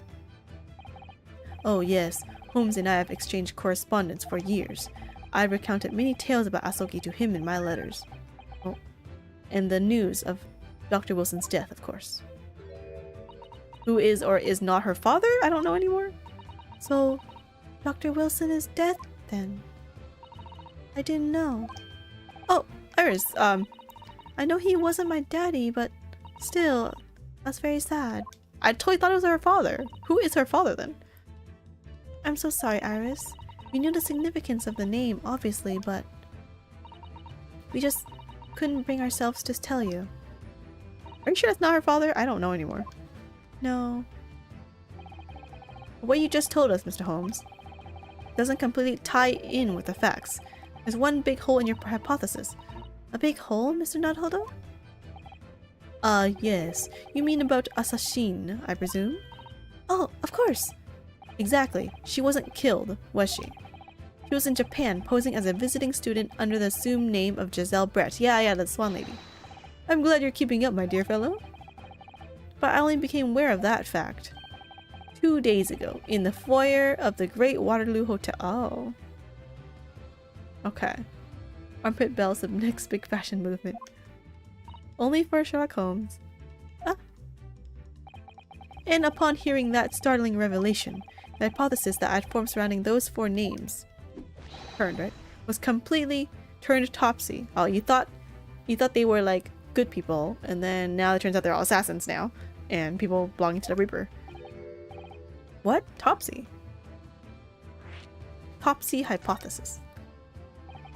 What do you mean when you said your hypothesis was turned topsy, Mr. Holmes?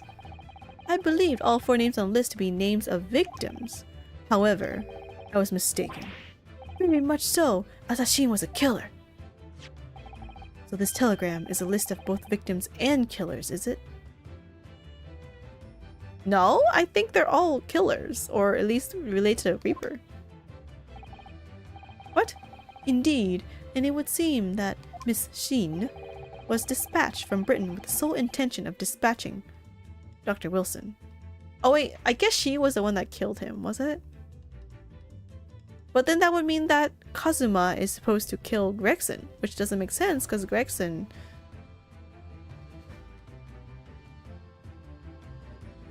I thought Gregson and Kazuma were working together with the Reaper. I don't know, okay.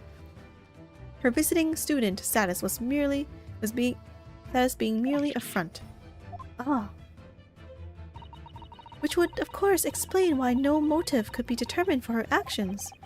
So the real reason Dr. Wilson was killed by Asashin is because he was the target of an assassination. And forearmed with that knowledge, fresh consideration of this telegram puts the list in a very different perspective. What do you mean? Well, does it not strike you there is another among the 4 who subsequently became a visiting student? Wait, you mean... But of course, a name you know only too well. You mean Kazuma? Is an assassin? But he said he was assassin. We had this established like yesterday, dude. He did say in court earlier today, yeah, right? He was assigned a mission to kill someone. Yes, on the 31st October, I accompanied Inspector Gregson to Dunkirk. Yeah. In order to carry out a mission. And the mission was the assassination of the Mark. Like, did y'all just forget the fact that he was an assassin? Or he's supposed to kill someone? Young Mr. Asoki accepted that mission a year ago now. Really not. You would think that it'd be easier for, like, the French girl or the fake French girl to go to Britain and kill the guy in Britain. And then for the Japanese guy to kill the guy in Japan, but whatever, okay. In conclusion, this document is a contract of sorts, an international agreement on, one might say, detailing an assassin exchange. What the F is an assassin exchange? An assassin exchange? How could Kazuma possibly have got involved in something like that? Yeah, why don't you just... Maybe they want to make it an international international incident, maybe? Let's assume that we have 2 parties, each wishing to dispose of a distinct individual. Those 2 parties then make a contract to swap their respective assassination targets. Okay. Okay. You think the leader would just, choose the one, that works for the target? Okay. That would then be an assassin exchange. Oh, okay, sure. So to begin with, the British assassin is dispatched as a visiting student to Japan, where she kills her target. And then, the Japanese assassin is dispatched as a visiting student to Britain in order to eliminate his target. It certainly does sound like an exchange. That's not my point. But what on earth is the point? Yeah, exactly, Ryunosuke. Thank you. It's the international incident, isn't it? Don't forget, Naruhodo, that the British assassin at least escaped conviction, thanks to diplomatic immunity afforded by consular jurisdiction. Oh, yes. Did that happen? I guess so. Such jurisdiction should be null and void under the terms of the new treaty between our two countries, so the fact that it was brought into play suggests intervention at the very highest levels. The highest levels? These murders were two sides of the same coin, linked not by common motive, but by contractual agreement. As such, they appeared utterly unrelated, yet in truth, the assassins were complicit in one singular devilish scheme. That disassociation and a safeguard of diplomatic immunity were, I believe, the motivation behind this plot. Okay, so you're saying because of the treaty, the British guy killed Japanese person, but like, yeah, it's okay, under treaty, that's okay. But if it was your own people killing your own people, I guess they'd be like, no, we need to investigate this. It won't be international incident, so it's okay. We should investigate everything, I guess. And then there'd be less motive, I guess. So it's easier for you to assassinate some guy. You're like, why the heck would this lady visiting student assassinate this one random guy that came all the way to Japan, right? I guess. But wait a minute, Holmes. If this telegram really is describing the exchange of assassins, as you're suggesting, it would mean that the Japanese killer's target was never Seishiro Jigoku at all. It would mean Asogi's target was actually Inspector Gregson. What? Kazuma was here for Gregson? I know, of all people. I guess no one... Maybe? Okay, so let's say this list of names is due to higher ups and is not related to the Reaper. Okay, right, I'm just trying to form a theory. Not related to the Reaper, and maybe Wilson was a pain in the neck for the Japanese government, I guess. I don't know, maybe he's doing something here. I don't remember anything. And then Gregson is a pain in the neck for the British government because he was acting as a right-hand man for the Reaper. And so they're like, we need to kill this Gregson guy, but we don't want our people to kill the Gregson guy. We want immunity. Here, let's take this Japanese visiting student assassin guy as a student and have him kill the guy. And then Kazuma killed Gregson. He's like, I didn't do it. See, my sword is in the thing, but the thing that took his life was the gun. And then the guy framed Van Zeeks, who he assumed to be the Reaper, I guess, because the government wants to get rid of the Reaper anyway. And Van Zeeks, they think he's the head, and so they're taking out Gregson and the Reaper at the same time. There's my theory. Okay.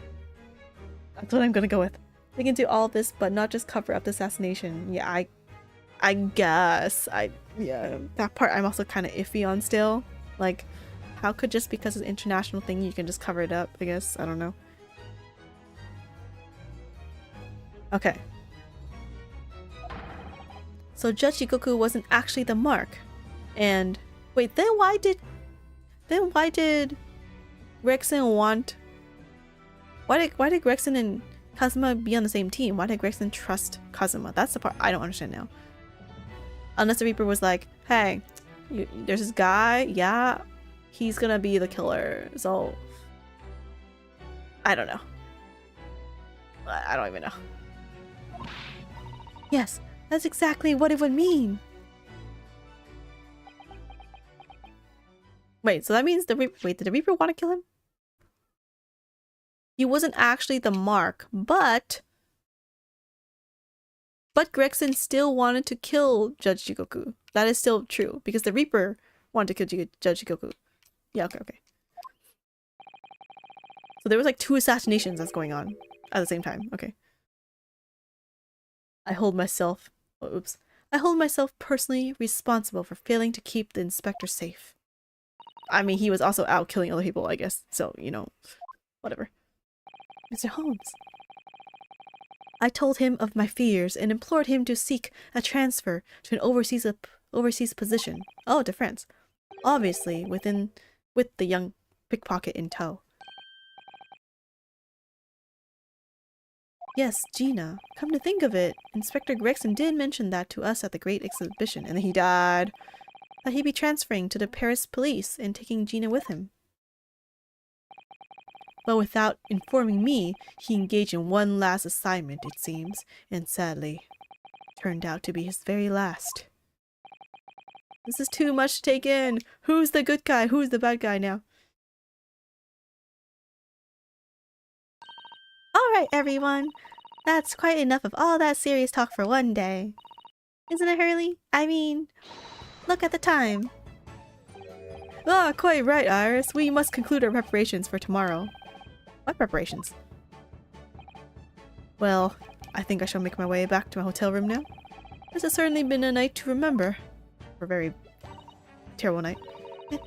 It is a little bit sad, though. I mean, I like the idea of you being my daddy. We could have shared sisters, you know?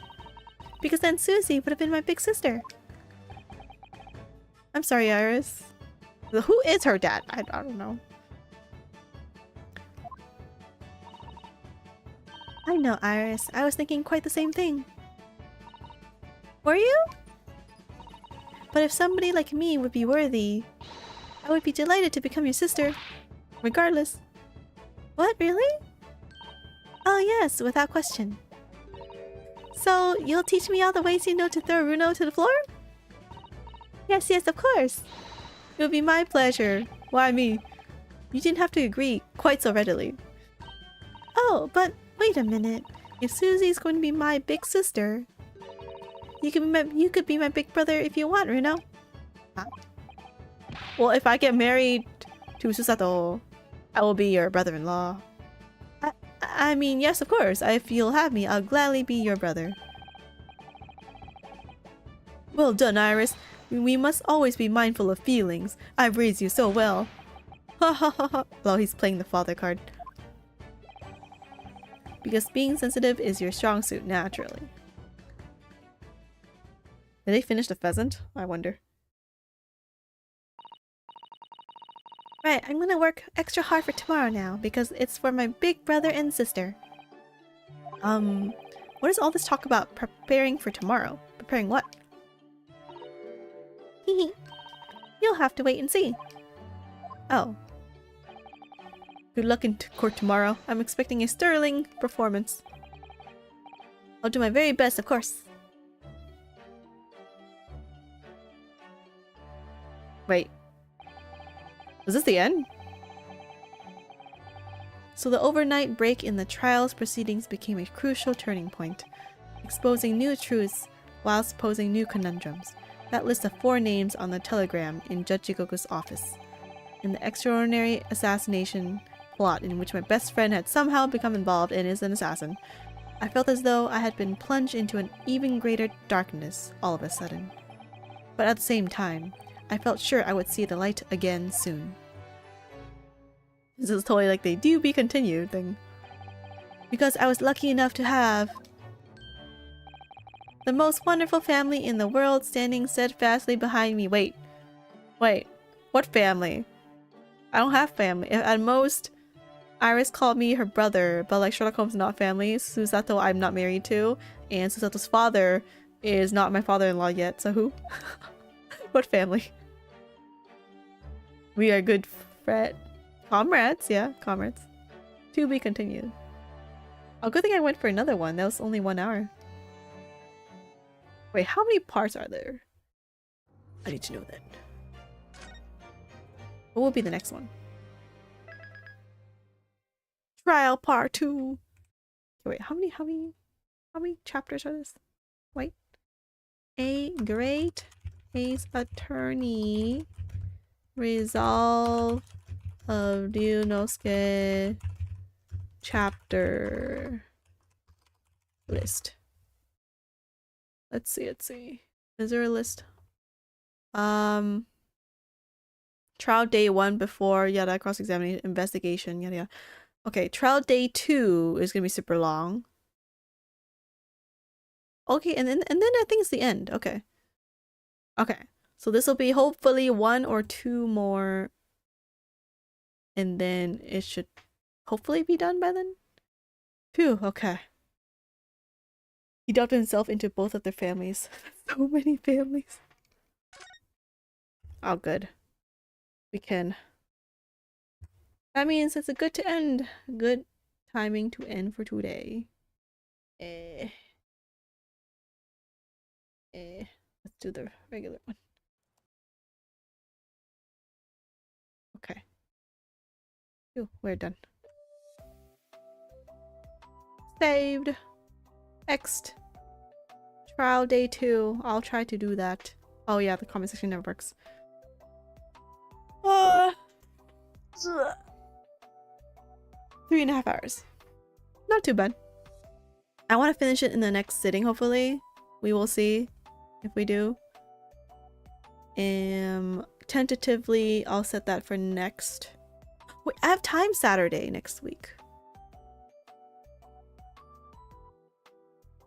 Maybe. But for tentatively next Sunday or next Saturday. Oh wait, next week. I want to finish. Oh. I'm tired now. Yup. I still understand who's her father, who's Kazuma, what's his mission, what was he doing this whole time? Was Judge Ikoku hiding? Was he trying to kill people? He was doing the one assassinating the people on the list, or was he just, I don't know, he's doing many things. Yeah. Anyway, we will solve this mystery next week.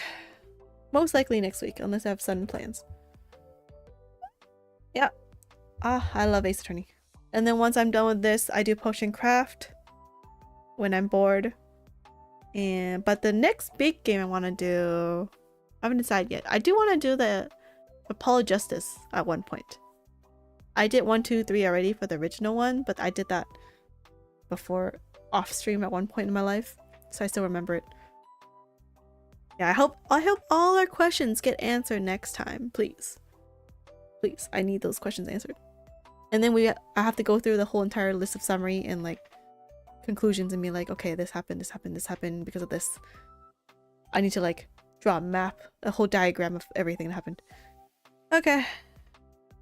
I talked a lot. It is time to rest now, everyone. Yep. I'll continue next week, and otherwise the regular Yu-Gi-Oh! Next week as well. That's all for tonight. I hope it was interesting. And I'll see y'all next time then. Good day, good night. I'll see y'all later. Bye-bye.